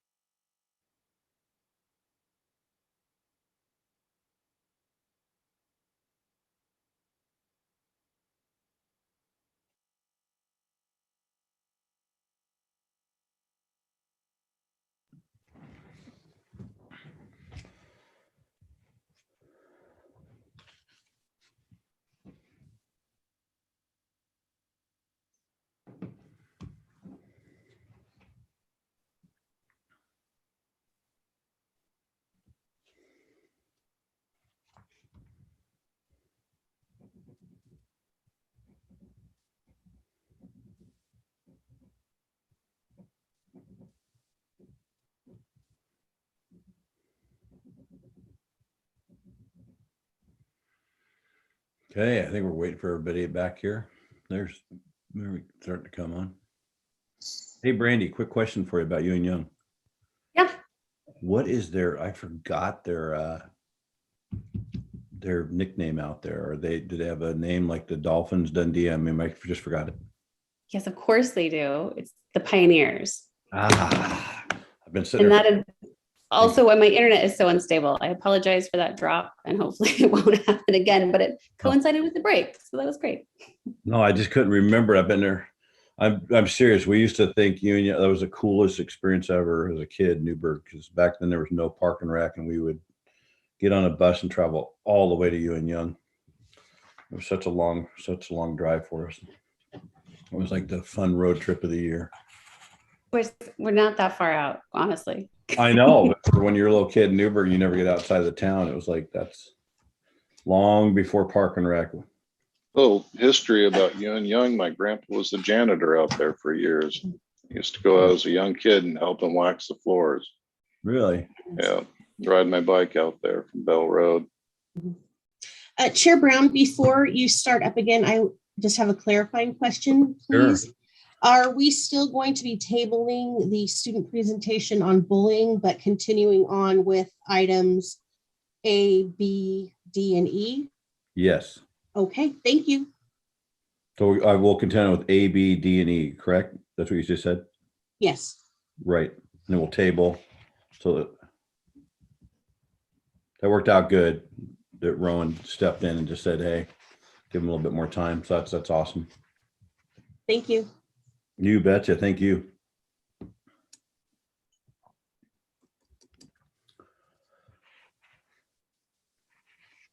We got everybody back. Are we missing anybody here? I believe we're good to go, sir. What's that? I believe we're good to go. Okay. Thank you very much. All right. Next up, we're with Lisa Freely and Tyler Smith on accessing legal advice. So you guys ready?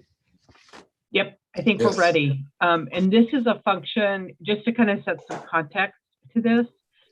This is a function of the fact that we've had several board members who have sought or wanted to seek to get information from legal counsel. And there are some protocols that are in board policy that talk about how that happens. And I know that some of the board members have been frustrated by this. And so both Tyler and I thought it would be good to have a conversation about what is the proper process to go through and how do we best serve the board members in this particular case. And so Tyler, do you want to kind of take a little bit of a lead on this? Yes. Yeah. Thanks, Lisa. You've been the one they've reached out to. Yeah. Yeah. So board members, yeah, I appreciate bringing this up. And I want to pull your attention to items 1 and 2 in Newberg School District Policy BBAA, because what you'll see, and I'm going to actually, to try and expedite this, move to the end first with the suggestion. And my suggestion on this item is that ultimately you either discuss this in a work session, potentially amending this, or refer it to the committee.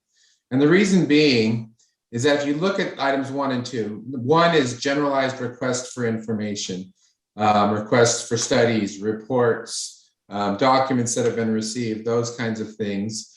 And then number 2 is requests for legal opinions. You'll notice if you pay attention to the very specific details, those are pretty cumbersome. First, you have to have the need for the advice or the legal opinion. Then you have to wait until the next board meeting, if you can get it on the board agenda without controversy. Then you have to vote on it. Then you would need to obtain the actual legal opinions after that, which by its nature could be at least 2 weeks before you could even follow number 2 there to get a legal opinion. And so you'd notice that the practicality, there's cost issues here. Do you want only a majority votes to be required to get a legal opinion, which would mean that your board chair or none of you would be authorized to obtain any legal opinions without a board vote on anything? Seems a little bit archaic and not how things are generally practiced. Superintendents sometimes get legal advice and then pass it on to school boards, but you would not be able to, as a board, obtain advice. So I think that's why I started with the recommendation first, because I think that you all might, when you have more time in a work session or in a policy review committee, discuss this, see if you want to make some changes. I know at least 3 board members have made requests for information that would have cost money if they had been, dug up, produced, cataloged, and those kinds of things. There have been many needs for legal advice, day of, next day, week later type legal advice in the last 5 months. And this policy doesn't really accommodate for that kind of thing. We're talking 2 to 3 to 4. Sometimes in the real world situation we've been in the last 5 months, that could have been 2 months out because things were not allowed to be on agendas and things. So you just might be good for you to consider that, particularly the details of items 1 and 2 in that policy. Tyler, do you have a recommendation on the direction you think we would move? Because I understand why the policy's there. You don't want individual board members racking up huge legal fees for the district. I think that the policy could be adjusted where, for instance, the duly elected board chair, because there's a presumption that there's a majority that would authorize such a thing, could obtain legal opinions. Something along the lines of requests for information should be granted, maybe if they're not going to cost more than a certain amount of money. So you don't, like you said, it's a balancing act that you don't want to incur ginormous expenses for everyday questions. For instance, a timely issue, do you want a board member to be able to ask a legal opinion, tomorrow about the pending end of the mask mandates and what does that mean? Maybe not. So you got to have a policy there. Maybe it's the chair can approve it.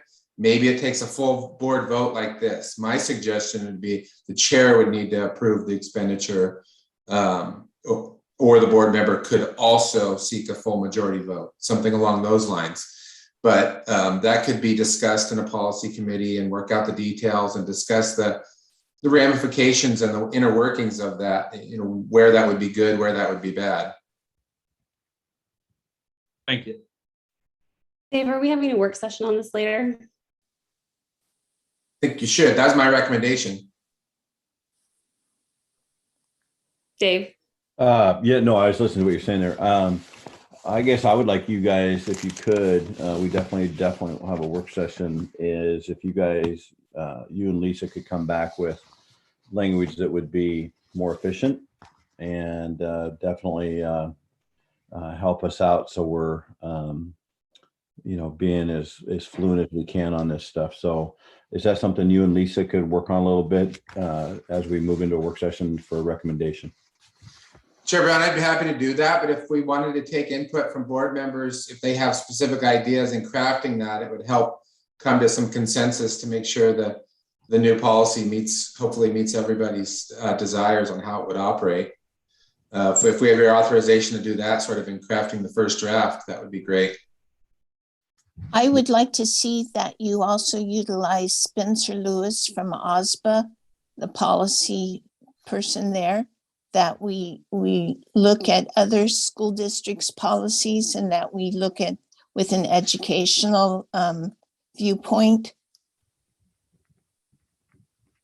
Yeah, I agree. I think sitting on the policy committee in the past, number one relates to information requests from the board to staff. So I don't see how that's impacting our legal representation. And number two, it's obviously there because it costs money.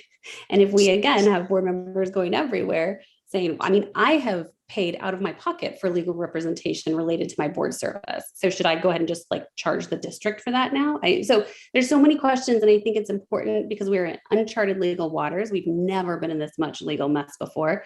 And so, Dave, I think a work session would be really, really helpful. I agree. And Tyler, just to clarify, this is for legal advice that board members are going to board or district attorneys for, not anything to do with their own private attorneys that they hire to represent themselves. Correct. It would have to be a board request. One talks about things. So for instance, there was a request for the board to be given legal advice the superintendent had obtained.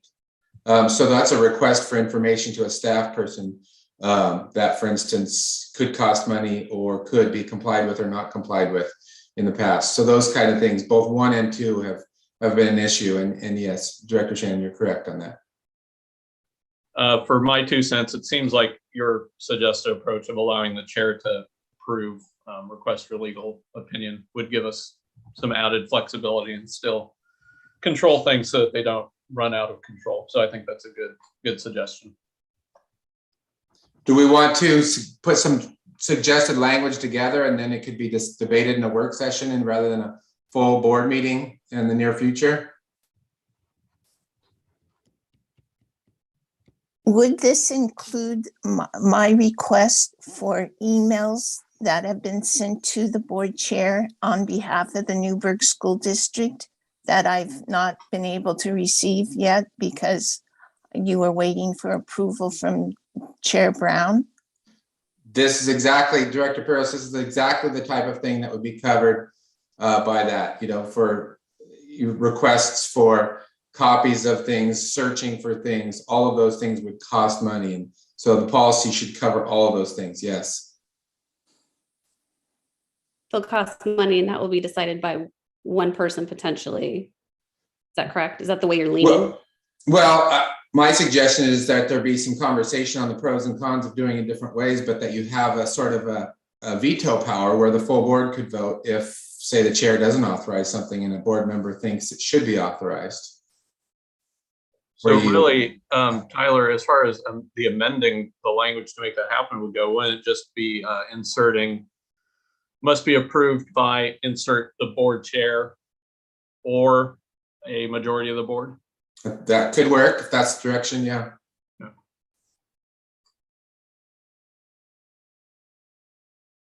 Well, if we're going to go to a work session, everybody's got to bring their suggestions and be ready to go on something like that. I would kind of like to go review all this and have a work session so we can get the language down from our side back to you guys so we can do it, in a meeting.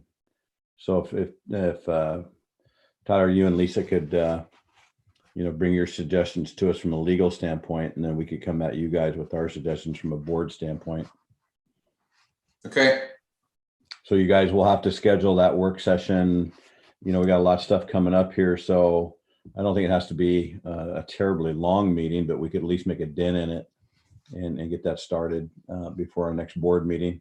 We're already at 6:30 on that one for an executive session. But if we keep our agenda to a certain point, we could do the work session after that board meeting. So. Chair Brown, Dr. Novotny has his hand up. Please go, Dr. Novotny. Yeah, Chair Brown, just looking for a clarification. Typically, we reach out to the Oregon School Boards Association and request sample language. Typically, the Oregon School Boards Association has multiple versions of a board policy. For example, the Willamette ESD has similar language, but we have some flexibility in there to deal with this type of situation. I just want clarification if you want us to secure that sample language from the Oregon School Boards Association. Yeah, I think that would be helpful. So then, the board, with our legal, with that would be, let's get all the information out there so we can clean this thing up. Happy to do so. Thank you. No, thank you, Dr. Bonnie. Appreciate that. Lisa, Tyler, does that make sense, you guys? Yes, thank you. I think that's good enough for what I needed. Perfect. Thank you very much for that. Lisa, thank you. Thank you, Tyler. Sounds good. Okay. We are back to Karen Pugsley again, and this is on the academic calendar. Yes. Karen provided quite a bit of information for us, so hopefully you got a chance to read that. So, yes, Karen. and I'm not going to read all of the slides, but I do want to just, there's probably some explanation about some of the data. Just also to convey that the request to increase staff planning days in the academic calendar has come from both a data analysis, but also from feedback from our staff in the field. And the struggles that we're experiencing this year, specifically around staffing for substitute replacement, but also for staff have resigned and or left our district, and we have not replaced those positions. So both of, at that, I just wanted to get the background on it. And so can you please slide? Yeah. So just to let you guys know, we always have a substitute system in place.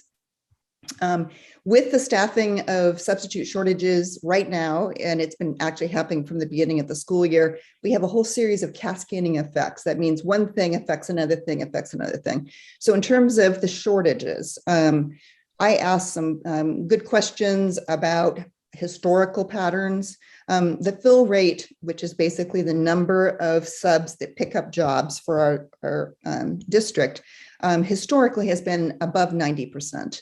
Our current fill rate is down under 45%. Oop. There we go. And what that means is that on a daily basis, we have multiple unfilled subs in our system.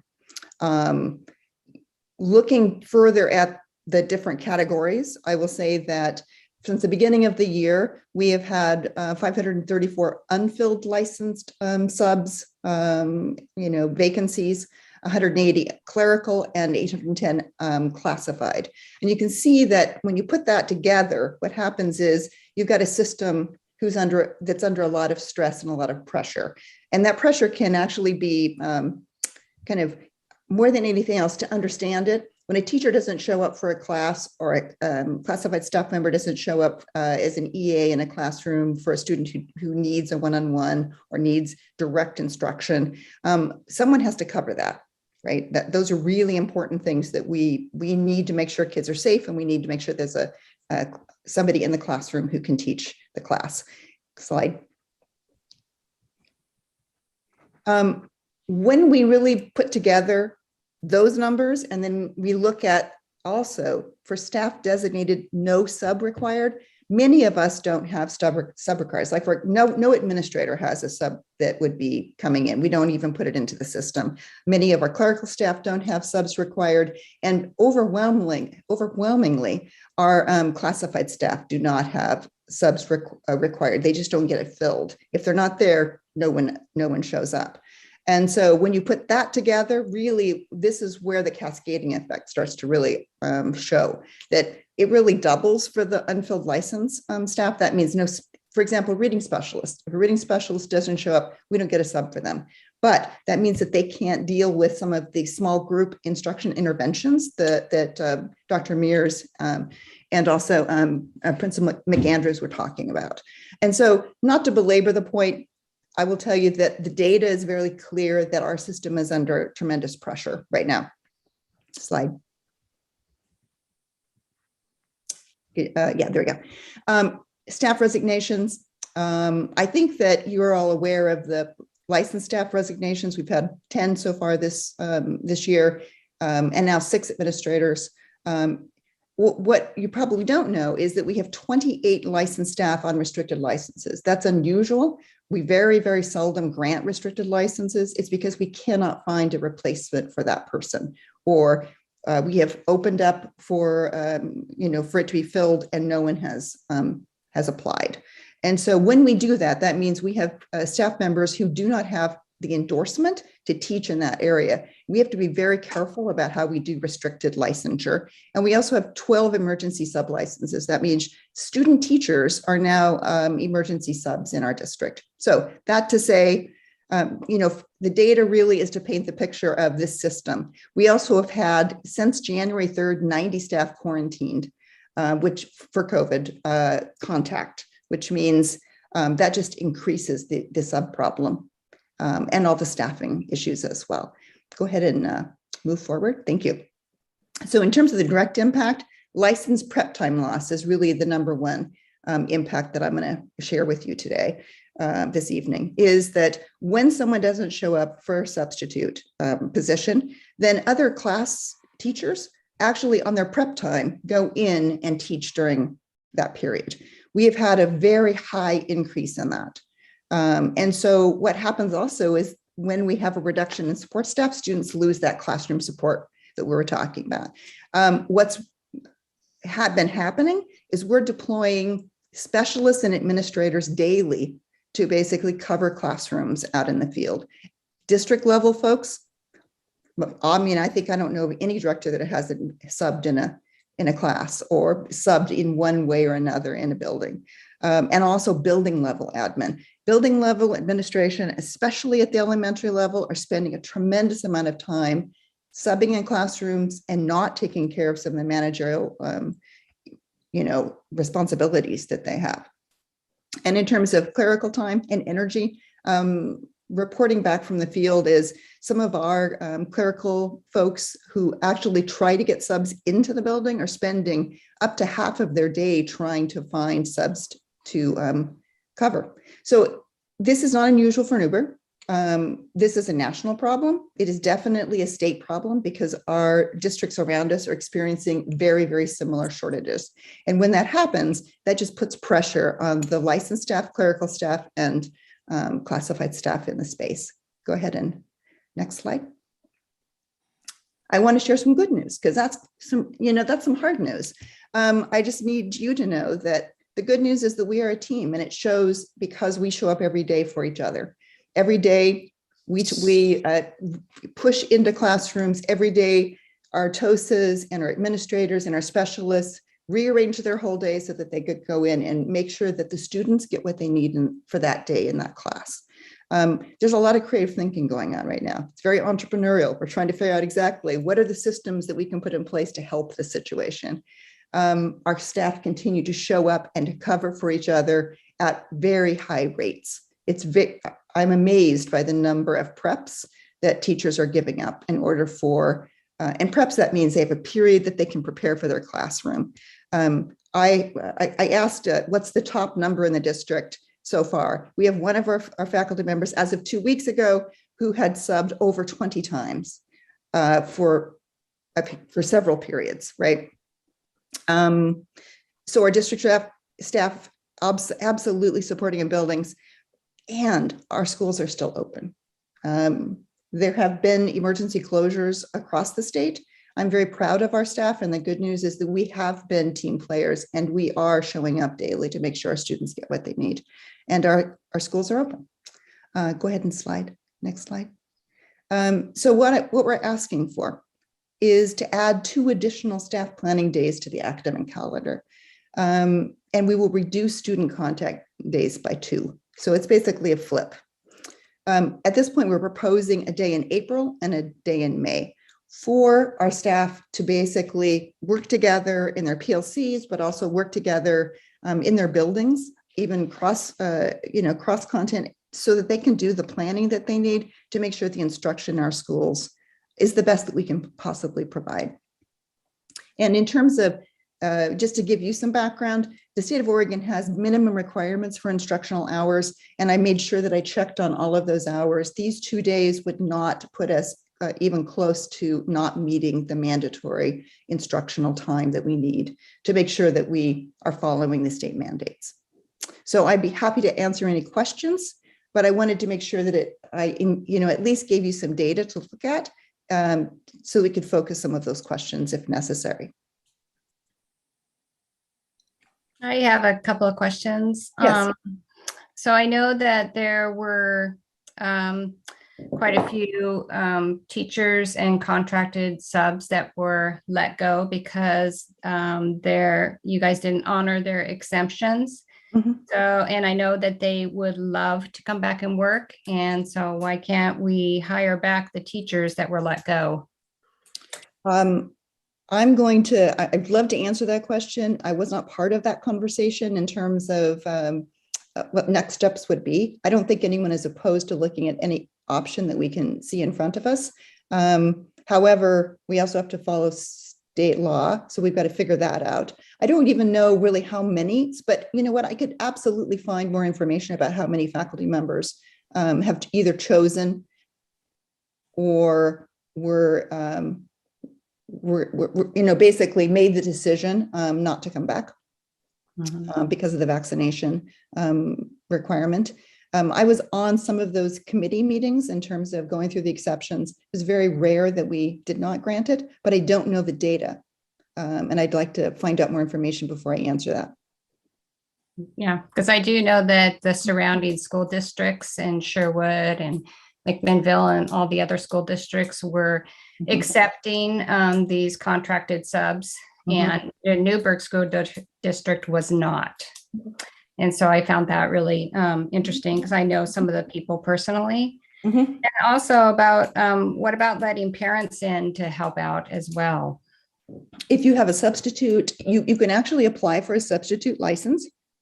And if you have a bachelor's degree, you can actually get an emergency sub license. So yes, parents can be part of the sub solution. Okay, great. Thank you. I'd like to move that the Newberg School District Board of Directors approve the calendar changes as presented, adding 2 additional staff planning days to our academic calendar. I second.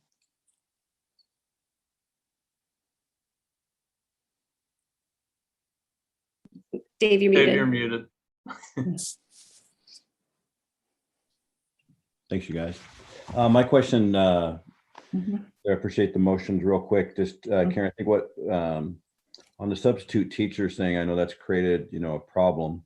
I'm still in favor of this because I know our teachers are scrambling big time. I hear about it every day where they're needing more time. My question, if we can get the subs back, that would definitely help a lot. They would be under the same, thing that we have our full-time staff members now. That goes for people who are volunteering to coach and everything else. So I think that would help us a lot.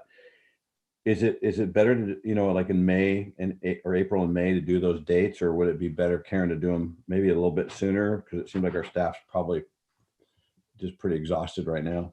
Yeah, I would. Originally, we wanted to do one in February, but we really ran out of time for the board approval for that.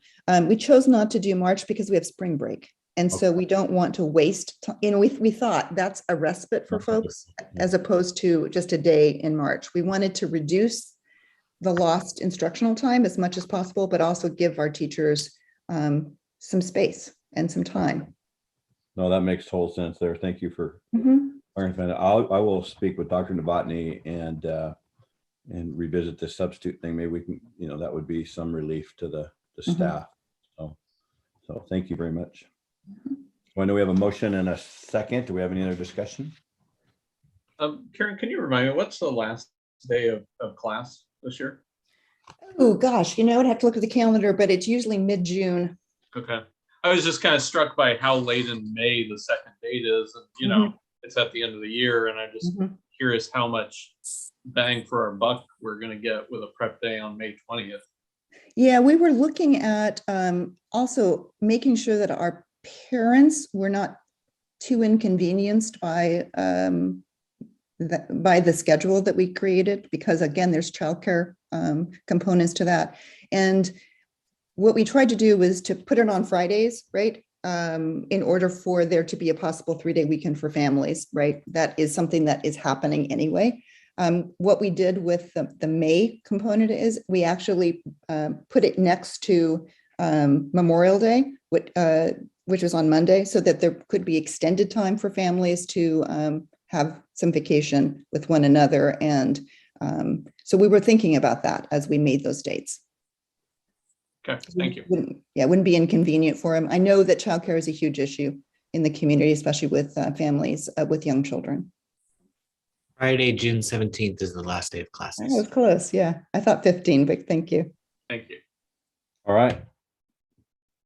Let's go ahead and call the vote on that one.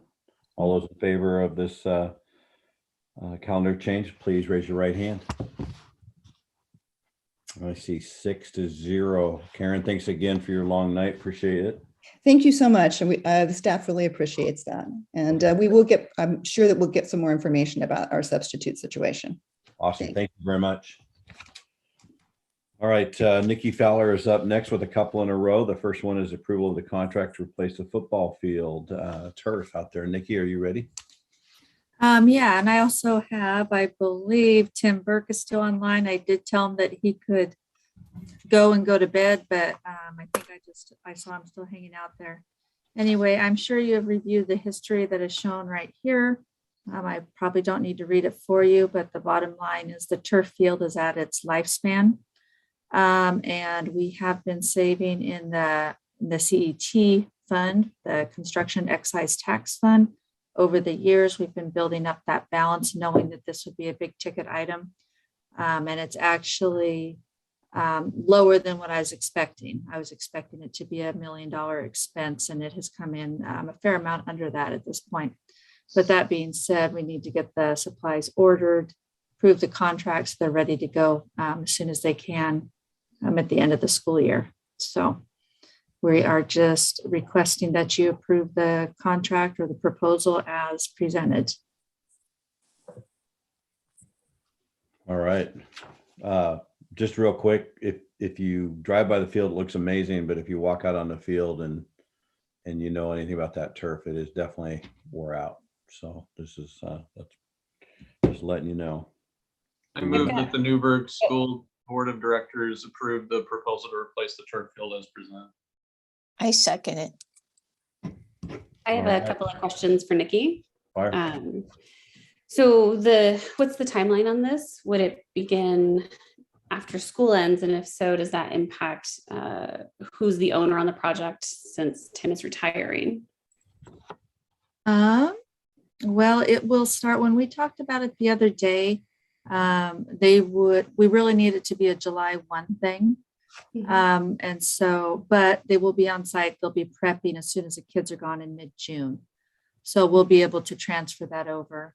And in the big picture, Larry Hampton would be a piece of it as a facilities person, and whoever Tim's replacement is will be brought up to speed on that. So perfect. And the other part is in the contract, it doesn't include a lot of the other costs associated with the removal. And then like drainage was one of them, for example. Do we have any sense of what the additional cost beyond this bid will be? And do we know if the excise tax will cover that? I don't know all the extended costs beyond that, but it's well under the $1 million that we had expected. And yes, we have that in the excise tax. That's something that we've been watching over the years. We've known this is going to be coming down the pike. And that was our commitment way back when, that we would have this replaced and keep it up. And I saw Tim on there for a second and then he disappeared again. So see him, his hands up. Yeah, thank you, Nikki. Oh, there he goes. I'm still here. The replacement and the drainage, they don't anticipate any huge adjustments needed. If there was any issues with the drainage, then that field would be sinking right now in spots. And every summer we have somebody come out and do some testing on it and make sure that the compaction is where it's supposed to be, and also checking for that. So right now they don't anticipate. They will rip the old turf off and they will test it for that, but they don't anticipate any other costs on top of that, since it's not shown any sign of issues with the drainage. Thank you. And the timeline is about 6 weeks from start to finish. So the sooner we can get it going, then it's ready for August when they come back and get after it. So is the field available right after they're done? Not for you to walk on, Director Pyros. The 6 weeks they will come out, and then we'll do we'll check off all the little boxes and make sure everything's ready to go. But in the 6 weeks, they think it'll be ready to go. Great, thank you. And that is the answer I got back from other schools who are replacing turfs that are current in existence, not brand new construction. Mr. Burke, does that mean we don't put the N back out there in the middle? We put a picture of you out there? Nope, it'll be a big N for where the N stands for knowledge. Okay. Thank you very much. Thanks for staying up late. All right. We've had our motion and our second, I believe, didn't we? It's getting late here. Yes, we do. Yes, sir. Okay. All those in favor of passing this for the new turf, please raise your right hand. And I see 6-0. Thank you very much, Nikki and Mr. Burke, for that. Appreciate that. That'll be exciting. Great for the high school and the community. Last one, Nikki, are you ready? Sure. This one is also pretty straightforward. It is a budget resolution for our food service fund. We have federal funding or federal revenue higher than expected. Looking forward to summer feeding and looking forward to the work that's going to be done at Edwards Elementary. We're going to have to punt a little bit next year in feeding the students. So having access to another van to be a little more mobile is what we need. And we have the capacity to do it in the funding. So we're just asking that you approve this budget resolution to increase it. There we go. By $85,000 for the capital purchase of a van. And just to be a point of clarification, if you meet Nikki, and correct me if I'm wrong, I'm sorry. So since this is federal money, it's appropriated for certain things. Is that correct? Like we can't just put the money in the general fund to cover legal expenses, for example. It has to be appropriated under very specific things, and the van for nutrition services meets those criteria. Yes. The food service fund is really a standalone. I mean, it's meant to be self-sufficient. I know at times we've had to supplement it a little bit, but it should be running on its own. And it cannot, we cannot borrow from it. We cannot pay the general fund or anything like that. It has to stay in that fund. Does this price include a driver, or who? Do we hire somebody that drives the vans, or is it just a staff member? It's for our own staff would drive it. Okay. We just need access to a van. For a while, they were sharing a van with like our courier. Whenever we need to move, we really need to have dedicated vehicles transporting food. So. Okay, great. And Director Powell, the units with the vans, we are equipping them with cooler and freezer capability. Oh, great. It's kind of a fail-safe throughout the school district, not just for summer food or transporting when the bond and the reconstruction of the cafeteria, but just in case, events happen where freezers and coolers go down across the district and we're shuffling them to different schools, we will be able to park those vans at a school and staff will still have access to the food just right outside their door. So I think it's a very smart investment that we've been moving towards. We purchased one last year before you and Director DeHart came on, because our summer food program expanded where we only had 5 sites. We went to 10. We see that kind of in the writing. USDA is looking at granting more waivers for us to keep expanding in Newberg and Dundee area. And we've really seen the need for the vans. Great. Yeah, that's great. Thanks. I'll move that the Newberg School District Board of Directors adopt resolution 2021-05, a resolution increasing appropriations within the federal and state grants fund, parentheses 200. I second. Rebecca, I thought I could get one in tonight, but that's fine. You can have it. Thanks you guys for doing that. Shiloh, thank you for all your hard work on that. That's going to be awesome. So that's exciting. Okay, all in favor, please raise your right hand. And motion passes 6-0. Well, those last two are fun. I know it's a long meeting. Appreciate everybody. I would encourage, before we just go, make sure you check your next meeting, that we have a 6:30 start time on that one. And, I think it's important that we all maybe take a moment, write a note to Director Pena and just tell her thank you for all her hard work in, your own words. And again, appreciate the time she put in. We all know it's a lot of work and you don't get a lot of credit and you get a lot of hassle. So thanks again to Director Pena for being part of the board. So I know it's a tough one to end on for some of you guys, but we'll see you at the next meeting, and make sure you get your stuff to Lisa Fraley and we'll move forward. Chair Brown, Yeah. It looks like Rowan has her hand up. Oh, Rowan, I didn't see that. Please, what do you got? It says that there's an executive session. Does that start at 6:30 and then the meeting's after, or should Maddie and I join at 6:30 for the meeting? Chair Brown, we anticipate starting the executive session at 6:30 to accommodate the schedule for one of the attorneys. Okay. Do we want the student reps there? Yes or no? No, sir. Okay. So Rowan, that's your answer. No, we'll see you at 7 at that regular meeting. You guys be ready for that presentation, and Dr. Novotny, I'll make sure that we allow plenty of time earlier in the meeting so we get it done for sure. So, okay. Thank you. You betcha. Dr. Novotny and everybody, thank you so much, and we'll adjourn the meeting.